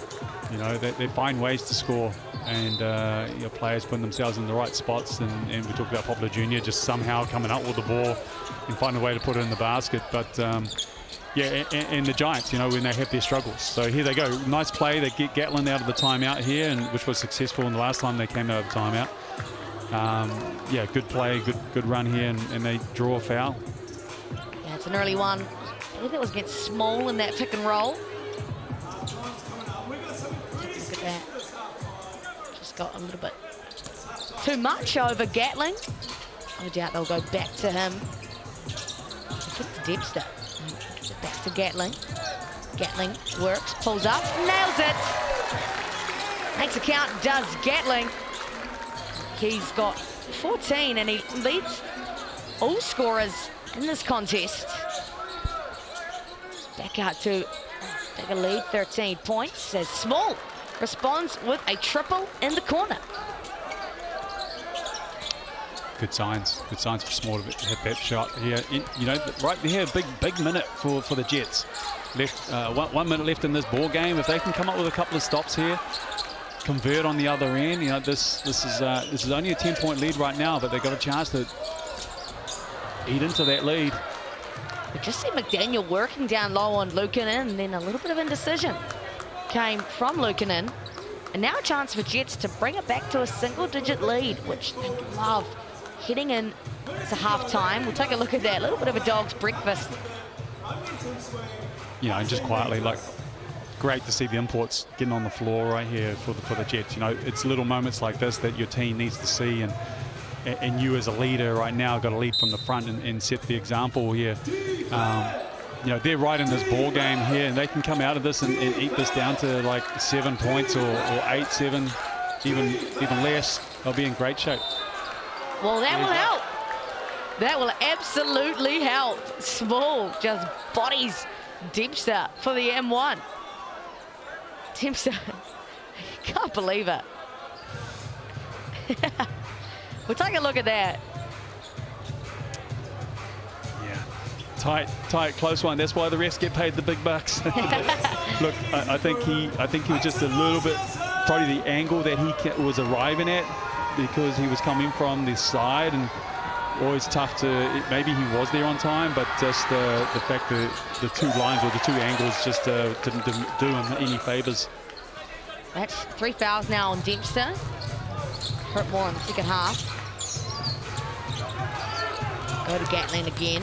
It's a little bit of an open look that time, and it's fouled down on the other edge. And talk about Dempster with the 3 fouls. Coach Fitchett looks like he's prepared to leave him out there, you know, for this last couple of possessions. Don't think that he'll bring Smith Milner out there and risk him. You know, he's worth too much for him at the end of this game. They decide to go small ball. Yeah, good substitution. You know, Liam Judd right now capable of playing the 4, and now they brought in Matthews here, so to wind down this clock. Alleviates a little bit of pressure from Alex McNaughton as well. He's been getting hounded up the floor by the likes of McDaniel. He's getting them both count. Back out to a 10-point lead. A couple of possessions left inside the first half. Daniel Sand has had a quiet night for his standards. Just 4 points. Poplar Jr. The Trafalgar Centre cannot believe the foul call on Luukkonen. And Gatling's asking for the replay. Someone hasn't told him yet that this isn't the league. Yeah, welcome to New Zealand, Gatling. We'll take a look at this. Pretty close. Quick hands. I love the theatrics from the Giants, and Trafalgar Centre getting in behind their boys as well. Absolutely. The 6-man, the crowd. It's a loyal one, Nelson Giants fan club, that's for sure. Poplar Jr., he's got 9 points and 10 rebounds already, 2 steals alongside that. Officially enters the double-double club, the first of the evening to do so. 30 years old, out of Chicago, Poplar Jr. So good experience behind him. He's played in NBL 1 over in Australia. He's played in Uruguay, Chile, Armenia. Came from the Norwegian League and was a scorer there as well. So he's really taken that responsibility over to Aotearoa.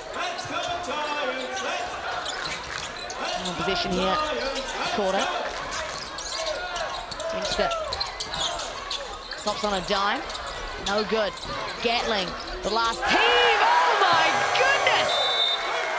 Shane Gatling on the buzzer to send and just the reflection of, I guess, how they scored that one, like a long rebound, goes out to the open Gatlin there, and he converts off that offensive rebound or off that loose ball. So yeah, a few things here for the Jets to talk about. They showed some signs there of what it takes to get this win. So both coaches will have plenty to say, I'd say. We'll head into halftime and we'll be right back shortly with some Chemist Warehouse stats. The Giants lead 46-35. Respect, family, community, acceptance.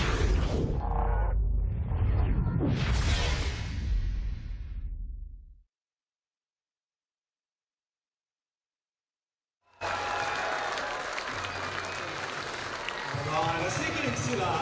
I'm just tucked down in the corner here, and I've got their representative, Stu Allen, with me. Now, Stu is a mega in the Nelson Special Olympics.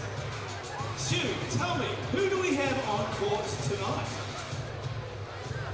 Cool, we've got our B team playing tonight against some of our sponsors. Representing sponsors tonight, Scott Construction and New Zealand King Salmon. A couple of sponsors missing tonight, OPSM, Nelson Plant Industries, Bellwood Toyota, Goodall Business Brokers and Maitland College. Excellent. Now, who are these mighty players you've got here tonight?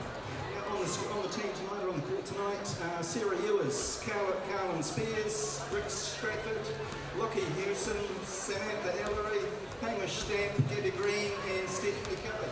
All right, I've heard Hamish is a bit of wildfire out there, so look out for Hamish. Let's hear it for the team, people. It's Nelson Special Olympics. Now, who's the coach of the B team? B team's coached by Claire Smith. She's being supported tonight by Graham Porter, our A-grade head coach, and Dean Skinner, our C-grade head coach. Excellent. We're so lucky to have them. And I understand tonight's match has been refereed by one of the A players as well, Jasper Perry. So let's hear it for our referee, Jasper Perry. Now, who's supporting the squad on the court tonight? Who's their support team? Yeah, on the team tonight, we've got Shannon Branford and Susie Yanov. Both players have just been selected into an elite squad, officially represented by Basketball New Zealand. So they'll get to do a whole lot of travel over the next 2 years. Australia every year for comps there, Bangkok in November, Cairo next November. So they'll get to learn and grow as basketballers and be as people for the whole experience. That's epic, Stu.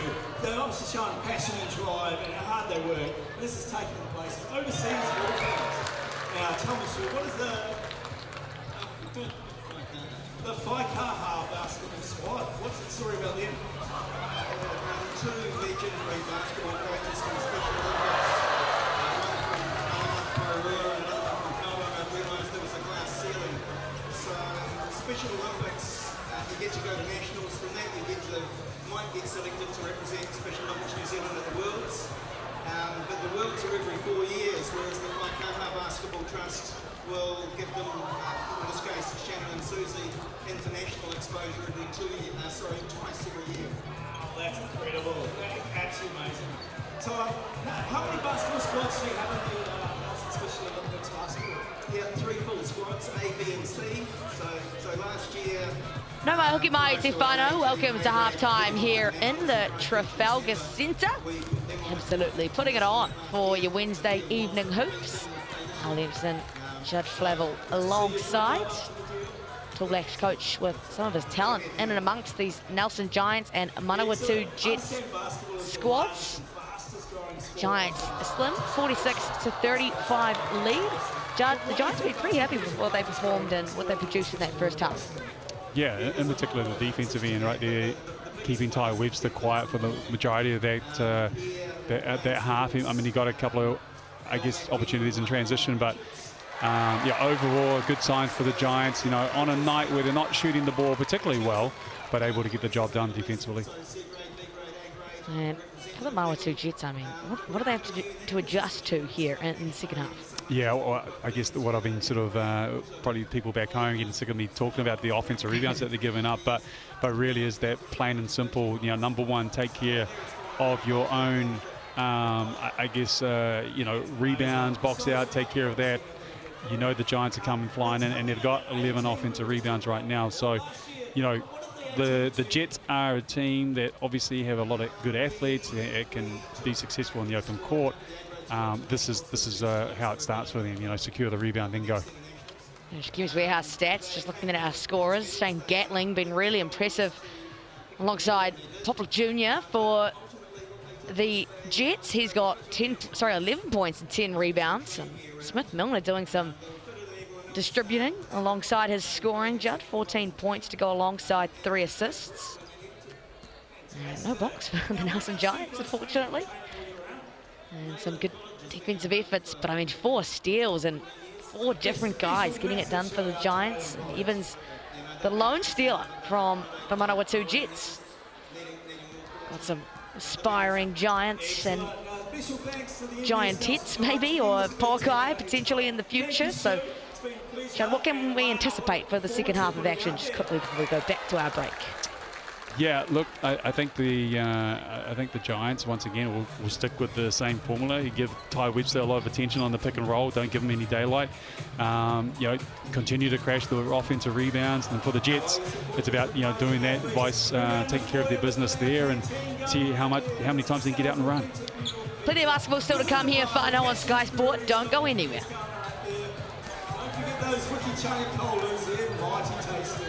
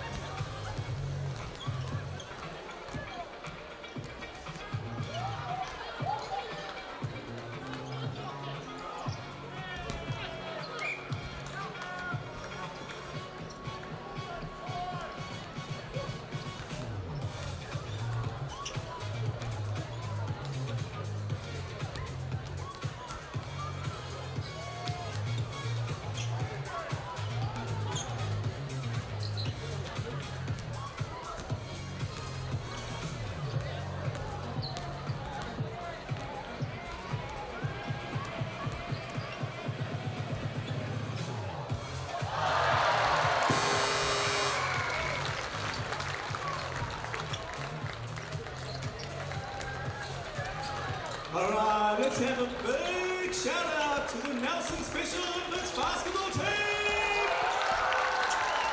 Now, what a great show they put on for us tonight. Thank you for the other fellas and ladies who came on and played along as well. Now, we've got both teams out here warming up now.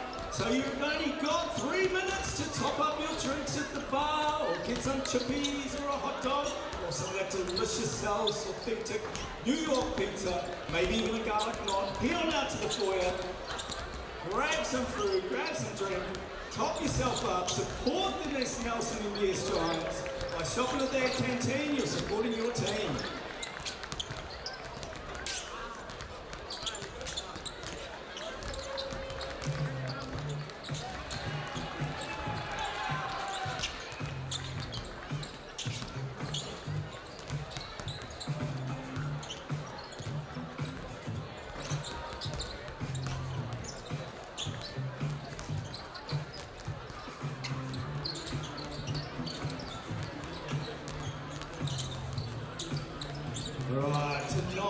Welcome back here to the second half of basketball. Sal's NBL Wednesday evening hoops, and it's the Nelson Giants hosting the Manawatū Jets in the one and only Trafalgar Centre, the hangar, with the crowd building and anticipating a second half of action. The Nelson Giants have a healthy 11-point lead here at halftime after an exciting end to the first half. There is your shout.vote poll. You can scan that QR code and have your say, Jets fans, the favourites at the moment. And of course, round 11 here in the Sal's NBL is the inclusion round of the week.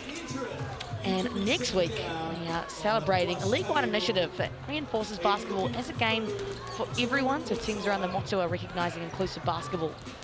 And it's a reminder that basketball is more than wins and losses. It's a game that connects everybody. Maya Williamson, Judd Flavel alongside. Judd, you've been scribbling down your notes as you assess the stats. And what have you come up with?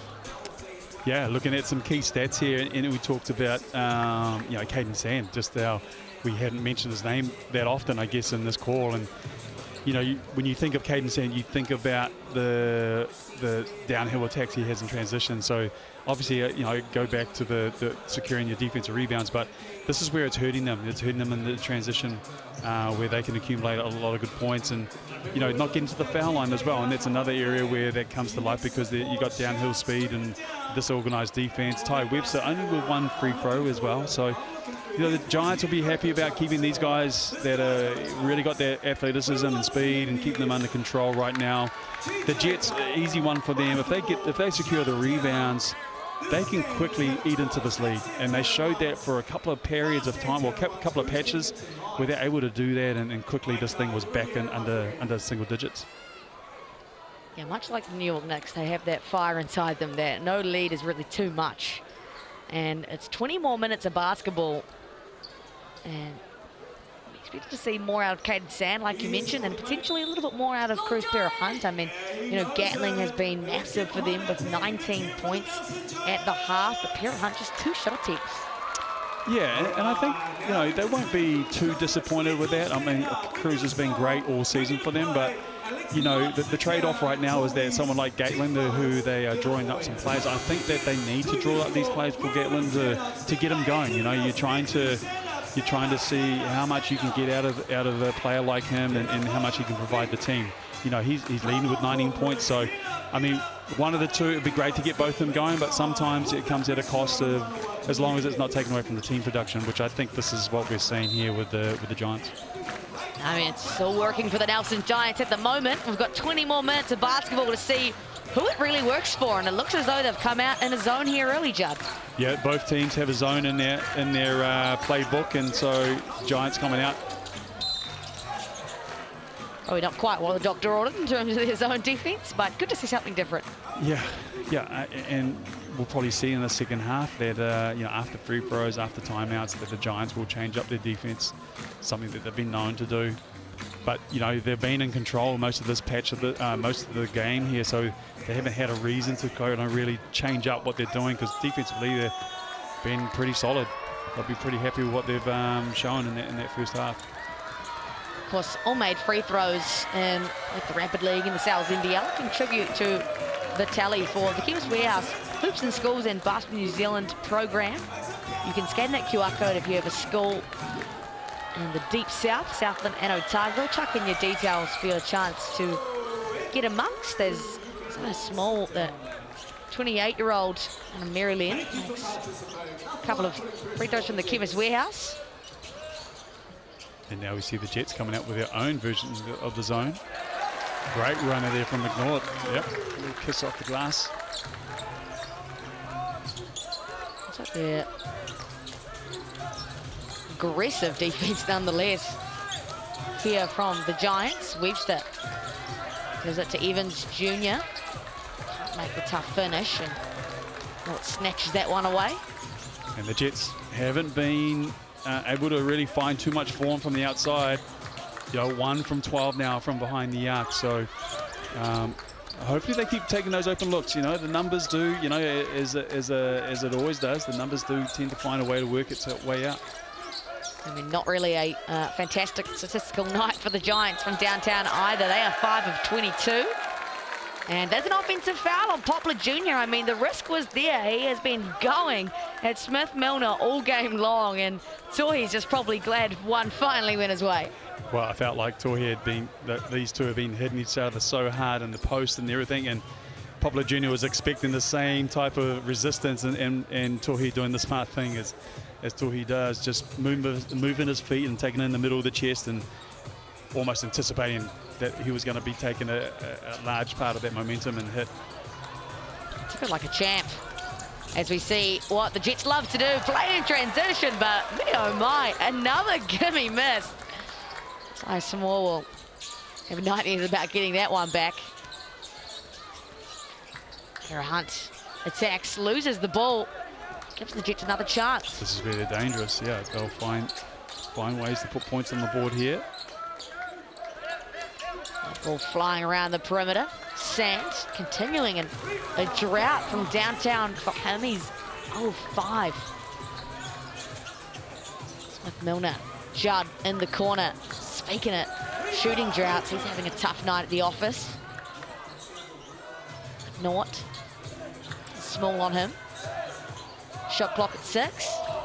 Tara Hunt finds Smith Milner. Oh, beautiful basketball. Sand, athlete on athlete, just commits the foul in the dying moments of the shot clock. We sit back and anticipate what's going to happen here when you see two athletes coming together. I didn't know what was coming, a highlight block or a highlight dunk. There's been some serious emotions coming out of the Manawatū Jets tonight, and Judd will make it count from the Chemist Warehouse.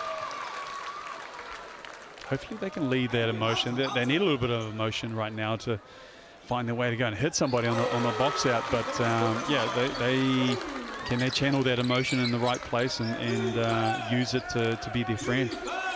Surprisingly, Liam Judd's first points of the game as they go back to the zone that they started the half in.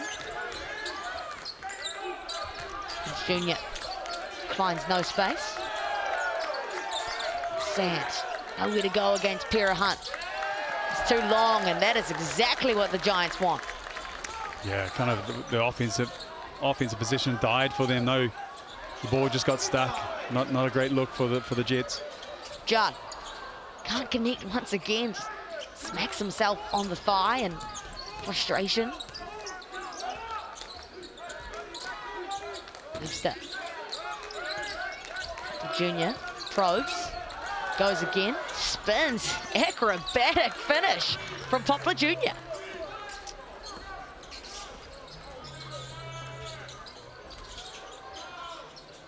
Great ball movement here from the Giants. Pera Hunt attacks. Well saved by the Jets. A little bit of action here. Nort trying to make something happen. It's going to end up with Webster. Great hands from Webster.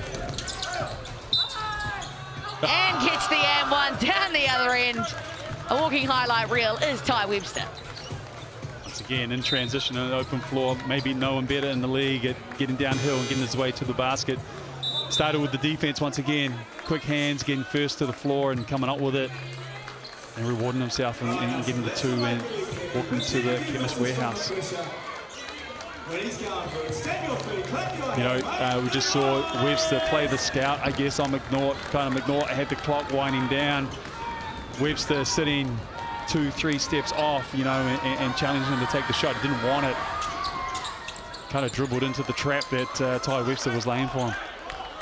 And then, just like you said, the beneficiary at the other end of basketball in transition, Ty Webster, into double digits in terms of his scoring now, and Gatling back in the game is a call for the Nelson Giants. Judd continuing a tough night. Good box out from Evans Jr. too. Sorry to cut you off, but getting the chance to play out of this first transition. Poplar Jr.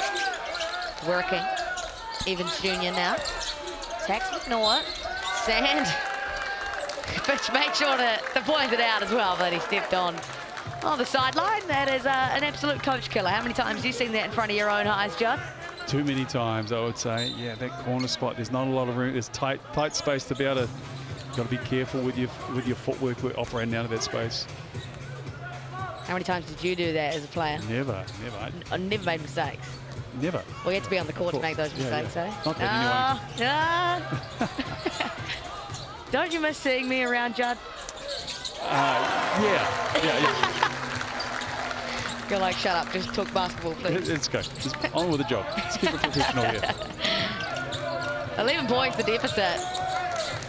It's 5 and some change. Small can't respond with the triple. Here come the Giants through Gatling. Dempster feeds Judd. Can't find an advantage against Evans Jr., who does a heck of a job guarding his yard. It's going to be a jump ball, and looks like possession will stay with the Nelson Giants. So take a look at that on the replay. Evans Jr. doing a great job just taking care of business on his own there. You know, they had a quick double team come down, but you know, the smaller player's going to get away with a lot more contact down there, and so, you know, he did a great job there of using everything that he had to be able to keep him off balance. Works out in the end for the Manawatū Jets. Giants turn the ball over on that baseline inbound. So it's going to go back into the baseline. Wasn't touched inbounds. Chance for the Jets to bring it back to a single-digit deficit here against the Giants. He's a lot of the ground tonight. Hopper Jr. dancing with Tohi Smith-Milner and connects in the face of the big man. Yeah, Smith-Milner just got to do a little bit better of a job of closing that gap just a little bit. You know, Poplar Jr. is capable of shooting the basketball from out there. Hipster read that one like a book. Keeps it in bounds. Oh, me, oh, my. Textbook basketball in transition. It is the Manawatū Jets bread and butter. They might be one of the most dynamic teams in transition to be able to something falling out of bounds but being able to connect with each other. These guys just have a knack of knowing or the bounce of the ball and being in the right place at the right time that we've said so many times about Poplar and the offensive rebounding. But there may be no other team that's well, that's too strong of a statement, but they're right up there in terms of the transition attacks that they are capable of. How about that pass from Small? Like, he even barely looked at that. Just beautiful and just all connected. Small giving that credit to Ty Webster where it's due for his efforts on the defensive end. That's right, and that's twice now we've seen Ty do that. You know, he stripped the ball off McNaughton, be able to reward himself and get himself to an and one. First time, this time setting up his teammates for the numbers advantage and the easy layup. So these are the momentum. Great time out there from Coach Fitchett, you know, stopping the run. But yeah, here we are, down to 6 points, and we know how quickly the Jets can score. So even if they're 10 points out, they're never out of it. It's just a matter of these guys, yeah, cleaning up that possession game.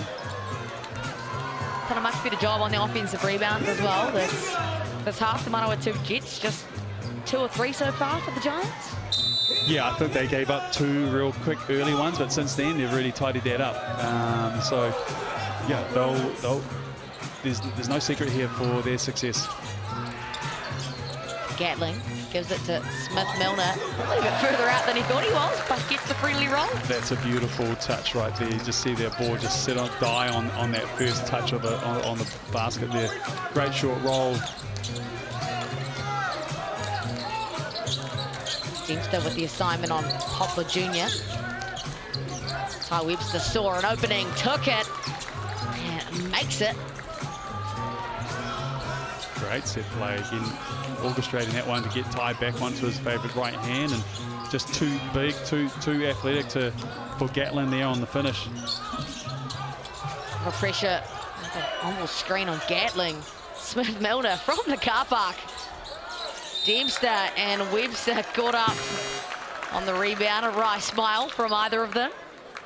That's Jets possession. Dempster does a heck of a job at is rebounding basketball. Didn't come up with it on that occasion. Talk about a man of right place, right time for rebound. Dempster has made a career for himself. Obviously known as his shooting, but his rebounding, his positional rebounding is one of the best that I've seen in this league.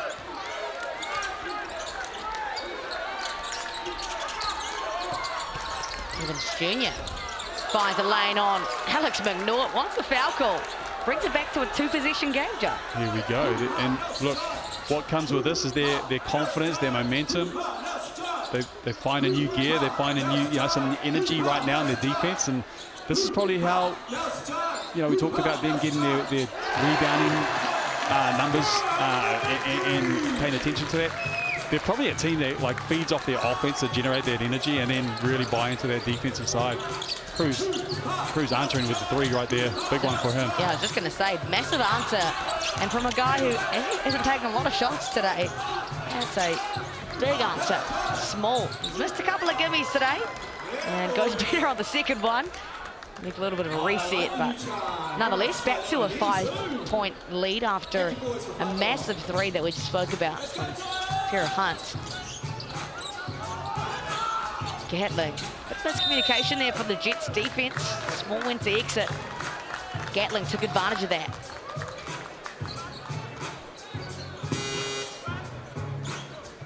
GJ Gardner-Holmes replay, just walked away from Gatling.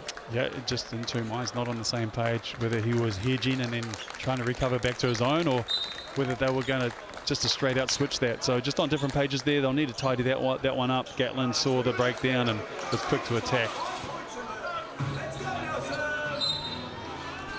Probably the last guy you want to do that on too, right? Absolutely. He's one you always got to have somebody in touch distance with. Especially with the form that he's got right now. 21 points in this ball game with just 2 minutes 32 seconds left in the third quarter. 2 points in this quarter. He had a massive first half. Go back to him. And on cue. Webster digs in from way downtown. Gatling! Oh my goodness! The dip from Gatling. Evans Jr., he can't respond with a triple. Small has done a great job rebounding today. Man, Gatling's got some range, Judd. He does. He's feeling it, isn't he? He's shooting, what is he, 3 from 5 from the 3-point line? 5. See that again. So Small got the first one. I believe there was a foul on the rebound. It's going to go against Lukanen, I believe. Right, yeah, Small doing some good things here, just staying active on the glass. Saw him, he's a problem there when he's underneath the basket there on these offensive rebounds.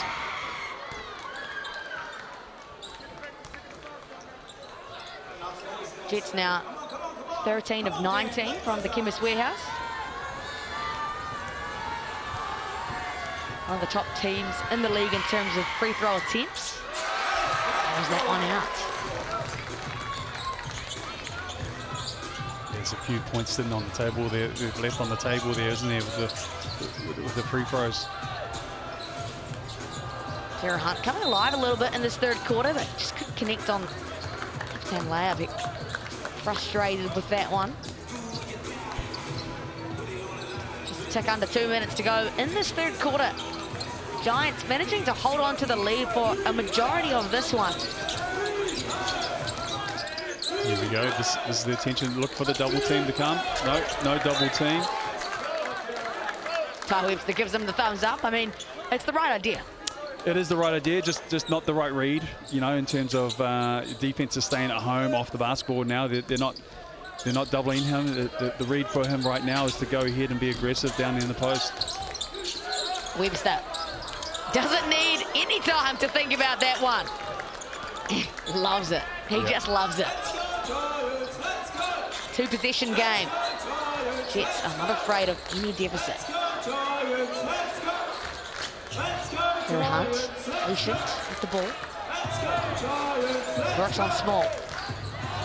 Shot clock at 5, turns around, way off. Yeah, I didn't like that position for the Giants. They broke that one off, saw what they probably deemed as a mismatch, and went isolation. Small up for the task, and now we have a 1-point ball game. That's massive, Judd. This is the closest it's been since we started in the first quarter. And we've just seen a couple of possessions here from the Giants that we haven't liked, and the Jets have pounced on this quickly. Norwood can't respond. It's not a turnover. It's a foul on Poplar Jr. A little bit of a bailout, but Norwood, he's found himself in these positions where he gets a little bit stuck, a little bit too deep. What's happened here? Oh, I see what's happening here. Just a little bit of friendly fire, Judd. We've seen this 1 or 2 times before in the South NBL. Yeah, someone for the Jets has got to take the lead here and just keep composure and keep the emotions here. You're on a roll right now. The last thing you want to do is draw another, whether it's a technical or whatever it is, but you don't want this distraction. You want to keep yourselves together. Regardless of what's happened with your right or wrong right now, that's not even important. It's a 1-point ball game, 42 seconds to go, and you have the momentum. Don't want to screw it up, right? No, as we know, basketball is a game of momentum, right? So this is, you have things going your way. This is actually going to probably work in towards the Giants' favor more than anything. Referee's just communicating over what they're doing next. Don't know if anyone was actually awarded anything. Just going to get our intel. We'll take a look at this. So McNaught just got a little bit stuck here, Judd. Yeah, he did. He just got in there, and then just quick hands there from the Jets. That, dislodged the ball from him, and then, by that stage he had Poplar Jr. all over him, so he wasn't able to shoot the basketball, and everybody else had fanned out and taken away his passing lanes. Then it's just, something's just carried on, and Bruce Hunt there, and Poplar Jr. getting involved. I'm sure you've seen that kind of emotion many a times. Yeah, you do. It's part of the game. The emotion is part of the game, but you can't, as I've said before, you can use it in the right way or let it get the best of you. So, that comes, tense situations. We're down to a 1-point ball game, so everybody's feeling it. And sometimes ball games are won and lost due to these things. I feel like something has been awarded. Jerome Martin having some communication, so there will be a technical foul. Shane Gatling to shoot one from Kim's warehouse. Tim Miller Plumbing know how to do it, loving it.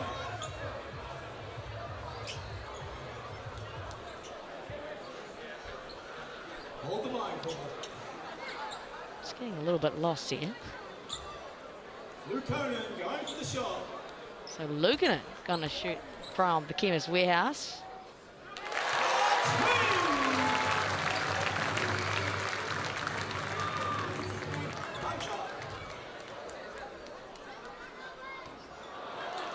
It's been unsportsmanlike. Sportsmanlike, I believe, which is why Lukonen had the 2 on the Chemist Warehouse, and now they'll have possession. Yeah, I didn't see where that unsportsmanlike was. I think after this, the first foul or the first shove was on Poplar Jr. See right there. Oh, there. Okay, there we go. That's probably. Yeah. Can't really do that, can you? Can't. Yeah. The TV right there. Sorry, the camera right there underneath on the baseline. Yeah, these things a little are hard bit to get away. discriminating. I mean, that's a great swing for the Giants. That was just handed to them by the Jets. This will be massive if it goes. Doesn't. Small keeps it in bounds impressively. Get it to Webster for their final possession of the quarter. Yep. Go to work, Poplar, and then see what the defense gives you. You got it. Yeah, now you got a double team. Now you got the open kick out. Great play. Small putting in a shift this quarter on the rebounds. Caldwell. He can hit it from deep. He can. I mean, clock and score. I mean, they had the shot last 14 seconds to go. Could have. Oh. Yeah, I was just about to say they could have taken care of that one and taken the last shot of the quarter. Now you have obviously the Giants missed that one, but just something for the young fella there to learn. After an exciting third quarter, an action-packed quarter you could call it, the Giants with a slim 61-59 lead. 10 more minutes of basketball coming your way very shortly. We have Ruben Pajama.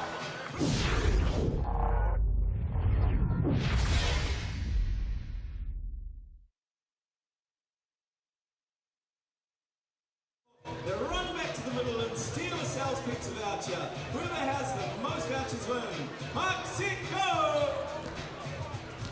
The Sales NBL Steal is now available at all sales pizzerias across New Zealand. A combination their famous New York pepperoni, classic cheese, and delicious garlic knots, all laid up for a deal that'll make you dribble. We've got two.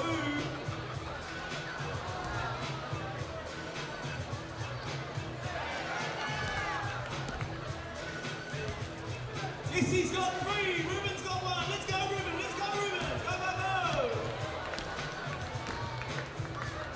Jesse with four. Now's a good time to go get your last bit of food from the canteen. 3, 2, 1. And we got one more. Let's see, count them up, count them up. We got 5 for Jesse, 3 for Ruben. Let's hear it for Ruben and Jesse. And Sal's Authentic New York Pizza. Thank you so much, Sal's, for your support. Let's go, Ruben. All right, we've got a very tight game. This is going to be epic basketball. The Jets aren't going to do it. Our NBS Nelson Giants are going to hand it down now. Hand it down. No mai hoki mai, ite whānau, and welcome back to the fourth quarter of what's been an action-packed game thus far. The Nelson Giants hosting the Manawatū Jets, and along with the action, you need a large cheese pizza to supplement it. You can scan that QR code or use the online code SalesChamp, $26, $30 a pop. Maya Williamson and Judd Flavel alongside. And when I say action-packed, I mean there's been a bit of everything in that third quarter there, Judd. There was, yeah. We're starting to see some emotion come to life in this ball game. We're getting into the fourth quarter here. It's a tight one. Jets have played some very good basketball now and connected outside the arc, getting themselves to the free throw line, scoring in transition. So, and here we are, a 2-point ball game. Jets done a heck of a job. They were down 16 at one point. They've fought back, and I'm sure we're going to see an eventful fourth quarter. And Judd has a really tough day at the office. Gives up Chiranova. I don't know why the ref caught a jump ball right now. Ty wasn't grabbing. He was going in to grab it, but he... Look at that. Travel. Actually, there's no grab on the ball. I mean, he tried to deflect the ball, not rip the ball out. I think that was exactly his argument as well. They come up with the ball nonetheless, not in the transition. But they lose a possession, you know, they lose a possession when it comes down to it in the end of this quarter. There he is, Webster. Maybe the anger fueled him a little bit. He's sneakily up to 19 points. Kira Hunt hit one late in the third. Trying success. A rebound for the Jets, and this is where Sands and Webster make their money. Sand, quiet night. Can't connect in that occasion. Gatling, dangerous. That's Smith Miller sitting right there. Judd gives it back to Smith Milner from deep. It's no good. Much better job on the rebounds. Yeah, very much so. Guards coming down, contributing, gather those things. Now they can play transition basketball. Right, okay, poor execution of the pass, but this is better opportunities for the Jets. Gatling, an early triple. Dempster just on cue as we're speaking about it, gets an offensive rebound. Kira Hunt out of that two-man game. Judd in the corner, a little bit trigger shy. Kira Hunt has to put it up and doesn't do it in time. Great smart play there from Evans Jr. Being active with their hands, striking the ball out of Kira Hunt and then staying up and in, knowing the shot clock, and you know, it almost looked like Cruz forgot what the shot clock was at that point in time. Chance here for the Jets to take a lead. The biggest lead of the game is just 2. I'm just looking at the box score in front of us, and Liam Judd yet to get going. 0 from 7 from the 3-point line. Oh, and that's a silencer for the Giants. The Jets, they sneak out in front. They've trailed for a majority of this one. But Ty Webster is coming alive down the stretch. Look, playing with so much positive energy right now defensively for the Jets too. Up and passing lanes on the dead ball. You know, very active. They know how much success they're getting right now in transition, and it's good for right now that they've got the momentum on their side. But just going back to Liam Judd, this is one I just keep looking at him hesitating on his three-point looks and looking at it going 0 from 7. You know, he's putting that gun back in the holster and seeing if he can get his way into the basket. They're drawing up players from to get into the paint. But yeah, does he, you know, this is where you really want players to continue to be themselves and be their strengths. Even though he's 0 from 7, he's got to continue to shoot that ball with confidence. Especially in the corners, right? You know, like you spoke earlier about, you know, paint touch and kick out open three in the corner. That's his bread and butter. Absolutely, he's been doing it for a very long time. Just got to trust that. Poplar Jr. and the Jets continue to thrive. What a turnaround. Back-to-back triples. Giants on the back foot now, but that'll help from Tui Smith-Milner. Great little connection there with Tohi on the short roll. I don't think that was actually I'm not sure what Ty did wrong there in terms of just jumping up and playing with his chest. But the Giants will take it. They need it. Need a little bit of confidence right now going for the Giants. And they haven't played, just momentum and confidence just swung totally the other way. Gets up, full of confidence. Poplar Jr. and Webster full of it at the moment. Evans Jr. doing his thing. Webster has hit one this quarter, hits another! Oh my goodness! Words to the Giants bench. This is the moment the Jets are stepping up to. And now, of course, they, what did we say, they were 1 from 11 in the first half. Right now, they are, what are they, 7 from 24. Big shot here from Dempster. Let's see if the Giants go back to a zone or if they start to match up. No, they're back into a zone. It's a big three. Dempster. Webster, no doubt he's going to shoot that one. And they welcome a miss from Ty Webster, who's up to 22 points. Gatling. Dempster just hit one. Can't respond with another triple, but they'll get an offensive rebound. Back to Gatling. Gets it into Smith-Milner. Hero Hunt. Loves a big moment himself. Timeout for the Jets. Here we go. We got everybody hitting shots right now in this one. It's good to see. You know, Cruz Hunt, who we'd seen had played a little bit of a secondary role right now, you know, nailing this three. As I said before, you know, like the likes of Liam Judd, just keep trusting what you do best. You know, these are your strengths. Go ahead and be yourself. No need to change. Great find there from Smith-Milner to Cruz Hunt to find the open three. And that's a great response from the Giants, who, you know, gave up that 7-point lead to the Jets off a couple of triples from Ty Webster and Poplar Jr. It's not easy. It's not easy. Yeah, that's right. That's right. And let's see what the Giants come out with defensively. You know, they got beat on a couple of pick and pop there from Poplar Jr. getting free out of the pick and roll and hitting that open three. They then went back-to-back zones. And let's see what happens here. I anticipate that the Giants stick in a zone. It'll take away the pick and pop opportunities that they've been that Poplar Jr. had. And now you just got to make sure you've got an eye on Ty Webster, you know, who's got the hot hand on the perimeter. And he just loves stuff like this. You know, he's turning around, he's talking to the bench, and, you know, he's that kind of player that's just going to step up. Yeah, and he's feeling like he's got that momentum right now. And this is, like, I feel with the Jets, you know, for that couple of minutes patch there right now, they had all the momentum and brought themselves back into the ball game, took the lead. This is a team that they're very dangerous when they have that momentum. The Giants edge this game back with the Jets push the lead out. They'll push it out. Another triple from the Jets. And just looking at it, maybe there was a box in one right now. You could just see by the way McNaught was guarding Ty Webster, just face guarding, no attention to the basketball at all. So let's see what else. Interesting. Toby Smith-Milner. Look, he's come up big. He has stayed with it. Good to see Tohi rolling to the basket there too and just being able to finish the play, convert that one. We have Sands right now, who got hit in the draw. He just ran straight to the changing room. Keep an eye on this one. Maybe he's lost a tooth or something. Oh gosh. I don't want to lose a tooth on TV and 5 minutes to go in the game. So Popped Zaranen. Look at the box. There's a box, and you see Alex McNaught right now in a complete denial. I like that.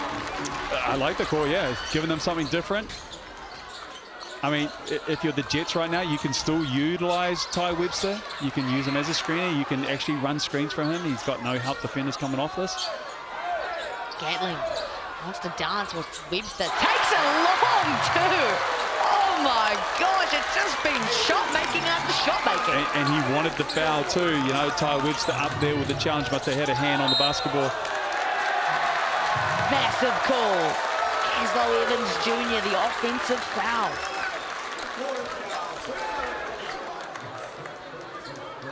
He's frustrated about that one. Yeah, I mean, it's obviously has touched the ball in the last 3 possessions. So, you know, great move here from Coach Fitchett. Just throwing something different, throwing a little curveball. That was 5 fouls. I believe they're in the bonus from here on out. And none for the Giants. The zone definitely helps for that. Took under 5 minutes to go here. So much to come. Piero Hunt lives for these moments, but Zoe Smith-Milner taking a tumble. He's going to walk this one off. Not sure what happened there, how that all happened. I don't know either. The cruise Piero Hunt. Judd, he's come alive. He has. He's hit his last couple of threes, and this is somebody that has been very patient. You know, we talked about earlier, just getting more involved, and now, right now, like the ball is finding him, the player is finding him. I like the way he's got about this game, and now he's up to, what is he up to? 11, 14 points? 14 points, yeah. 14 points. 4 of 7, and a couple of those, some really big swings. Now Jets on the back foot. Still on that no catch on Ty Webster. Evans Jr. finds the lane. Blocked! Small comes up with it. He cannot convert.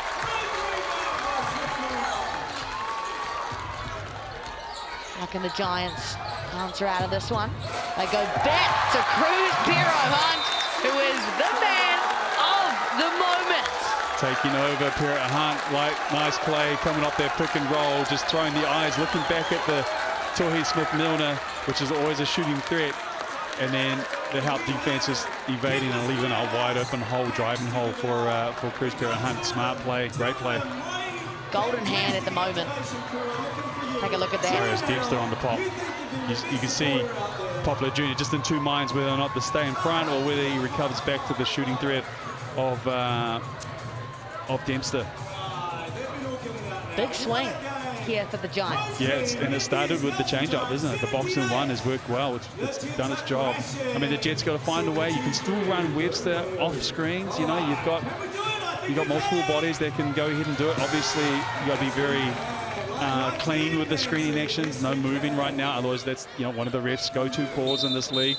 So, got to do a better job with this. Or you can utilize Ty to set the screen. And see if McNaught's going to actually help on the ball or if he stays with Webster. There's that replay of Caden Sand. That doesn't look good. He instantly has just walked straight off. Look, I mean, not a happy chappy right there. Not a happy chappy. Don't believe we'll see him again, Judd. Do you reckon that's a fair assessment? I mean, that looks pretty bad. Yeah, it depends what it is, isn't it? I mean, you said he's not a happy chappy. That's some severe stuff. Not being a happy chappy. I mean, we're calling it from a screen, but look, I think I'd like to see him come back out. Yeah. And then right on cue, they just get Ty Webster a bit more involved, and that puts Alex McNaught in a hard position.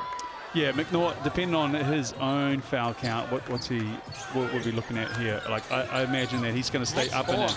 That's 4. Okay. That's 4. Well, yeah, he does need to be careful. Oh gosh, makes me nervous. Poplar Jr. leaves it short. It's just ticked under 4 minutes here. Trafalgar Centre is up on their feet. It's been an exciting last quarter, and it's been all that duo. Suhi Smith-Milner, Cruz Piero Hunt putting this game on their back.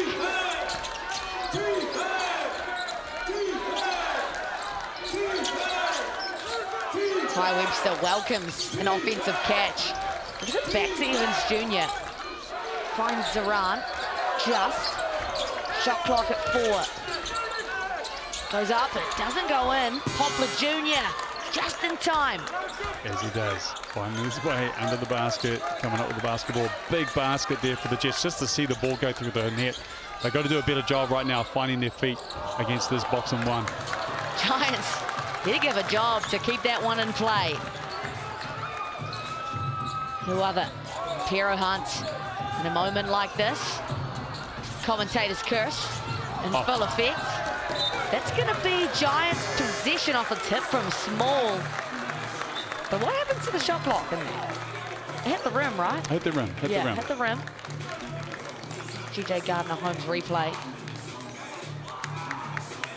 I mean, they did a great job keeping that in play. Referee's going to have some conversation here, but shot clock should probably be at about. Well, did they secure the rebound after that? I mean, it was a little bit of a tip from Isaiah Small, which made it go out of bounds. Now, those are the real grey areas with the shot clock rule. Sam Pan talking to our wonderful volunteers on the bench here in Trafalgar Centre.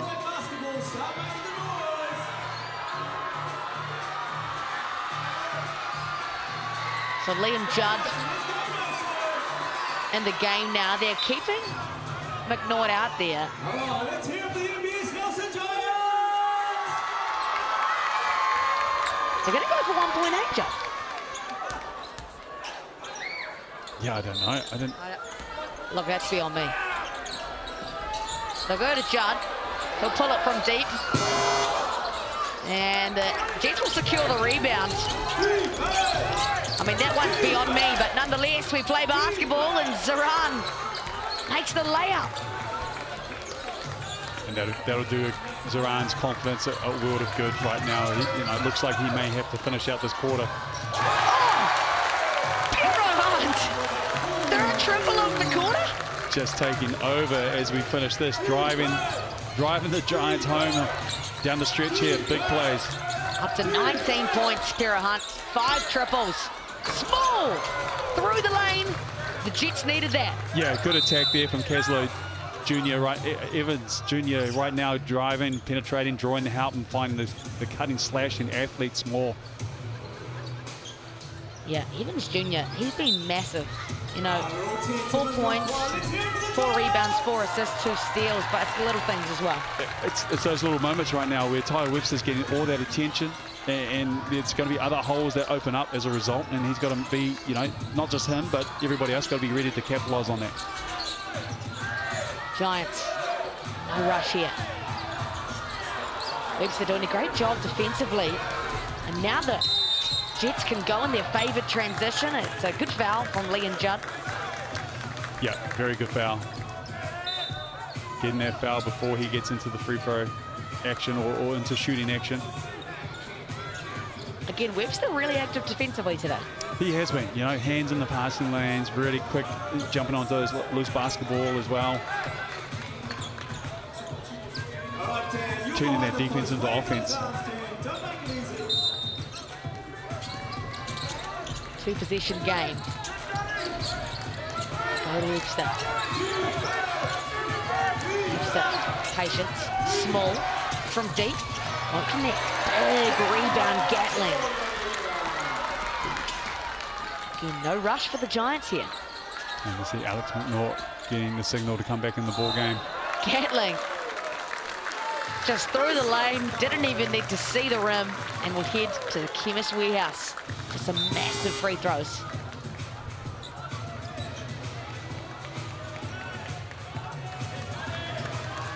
You see just Smith-Milner just sort of slipping through that pick and roll as well, just ghosting out of there. And Evans Jr. just being left in an open stance, and Gatlin just opening up the lane there for Gatlin. you know, it's a tough action when you got Smith Milner. The shooting threat, once again, we saw that with Dempster as well. The shooting threat, it kind of keeps that second defender in two minds. You know, how much attention does he give the ball or his own man popping? And two great ball screen guards and Gatling and Cruz Hunt. And being very aggressive downhill, aren't they? This is the second though, is Gatling. Jets, they need to answer now. They'll go to Poplar Jr. Needed that one to go. Great rebound from Smith Milner. Been impressed with Smith Milner's just attention on the rim right now. You know, those two follow-up layups, putbacks on the defensive glass there too. Triple double watch. He's got 22 points, 11 rebounds, 8 assists, and Alex McNaught has a massive triple. It has been raining in the hangar. And who else but Cruz Hunt coming off that on-ball, downhill, getting to the basket. This time finds the wide open McNaught. Pick out great plays here from Cruz Hunt just to close this one out for the Giants. McNaught was 0 of 3 before that attempt and hits his first one. The biggest moment pushes this lead out to 8. Yeah, I mean, you just got it. That's the right play. You know, you just got to take the right play. It's you can't be worried about whether or not you're going to miss or if you have missed before. Like, this is the right play. It's been. You know, Cruz has set them up well. You got to take that shot. And the other thing that the Giants do so well is they get into their spots. They corral the offensive glass, you know, with everybody moving forward into those positions. So, yeah, once again, just if you're confident before you take that shot, for most of it, that speaks I mean, for itself. You know, if you're ready to take that shot, then, you know, you go ahead and back yourself. Massive output in this last quarter from the Nelson Giants, largely led by Cruz Hunt and Tohi Smith-Milner, 19 points and 22 points respectively. Gatling with 27, leading all scorers in this game. Yeah, great percentage too. 7 from 12 from the 2-point line, 3 from 6 from the 3-point line. I mean, these, you know, doing it in a number of ways, getting it done in a number of ways. Some pressure there from McNaught. They'll get it back to Webster eventually. And the Giants still have fouls up their sleeve, even though McNaught only has 1. Yeah, or it doesn't have any fouls up his sleeve, actually. Great possession, but Ziran can't connect. Jets in a very uncomfortable position right now. And the Giants will milk this clock down. Gatling dances with... Oh! 30 ball on the night for Gatling. A massive fourth quarter effort from the Nelson Giants. Can the Jets respond? And that's what these last few minutes have felt like, Judd. It has been all the Nelson Giants. It has. They've come up big just when it mattered. Big plays from Cruz Hunt just to give them that momentum. And, you know, it looks like they're going to get away with a tight win here. And a much needed win for the Giants. Much needed win indeed. 3 of 9 and sitting at 10th coming into this one. And this will bump them up and get them closer to that top 6 they yearn for. It's been Gatling, Tohi, Cruz Hunt who have been absolutely relentless, and we'll just kiss it off with another bucket from Tohi Smith-Milner. And the Giants, they fight and they fight in the last quarter, and they come away victorious. 92, I'm discrediting them. Plays 79, and a massive fourth quarter effort from the home team. Yeah, massive fourth quarter, as you said, 31 points in that quarter for them. A team that we talked about before, you know, earlier on about the struggles offensively for them. Great to see them come out. Cruz Hunt coming to life down the fourth quarter. Yeah, huge plays from him, and the Giants, as we said, you know, walk away with a tough one. A massive win. You can just see there an array of stats. Poplar Jr. putting in a shift on the glass, as well as Smith-Milner. Small and Dempster supporting in those categories as well. Smith-Milner and Evans distributing the ball. Gatling, Webster, Hunt. 3 blocks from Small, who was massive in that department, as well as rebounding the ball. Webster really active defensively today. And Giants cannot wipe the smiles off their faces. They are ecstatic with that win, and that means a lot for the trajectory of their season, Judd. Absolutely, just keeps them, you know, in the race with that, looking at that 6th spot probably, you know, as they start to head towards the business end of the season. They want to stay with that pack, and yeah, all these games right now have so much meaning towards them. Sharks ears tomorrow night. Sharks looking to go top of the table. So are the Rams, who play the Phi. And Friday night, the Nuggets in the ears on that southern swing. And then, speaking of top of the table, Tuatara and the Hawks play to round out the Saturday evening side of round 11. I mean, my heart rate is up, John. I don't know about you. It was great. What a game. I mean, the points, the shot making that we saw from both teams. You know, the Jets really coming to push that game into the final stages of that quarter as well. And you know, good to see. And this is a lot of momentum that the Giants will take away from this and into the next game for sure. Yeah, massive congratulations to the Nelson Giants, the home team, for a well-fought win over the Manawatū Jets. Thank you so much for joining us here, wherever you joined from, Sky Sport, ESPN in the US, or FIBA YouTube. Make sure you stay in touch with the Sal's NBL for the rest of this round and the rest of the season, of course. Have a great night. Ka kite anō.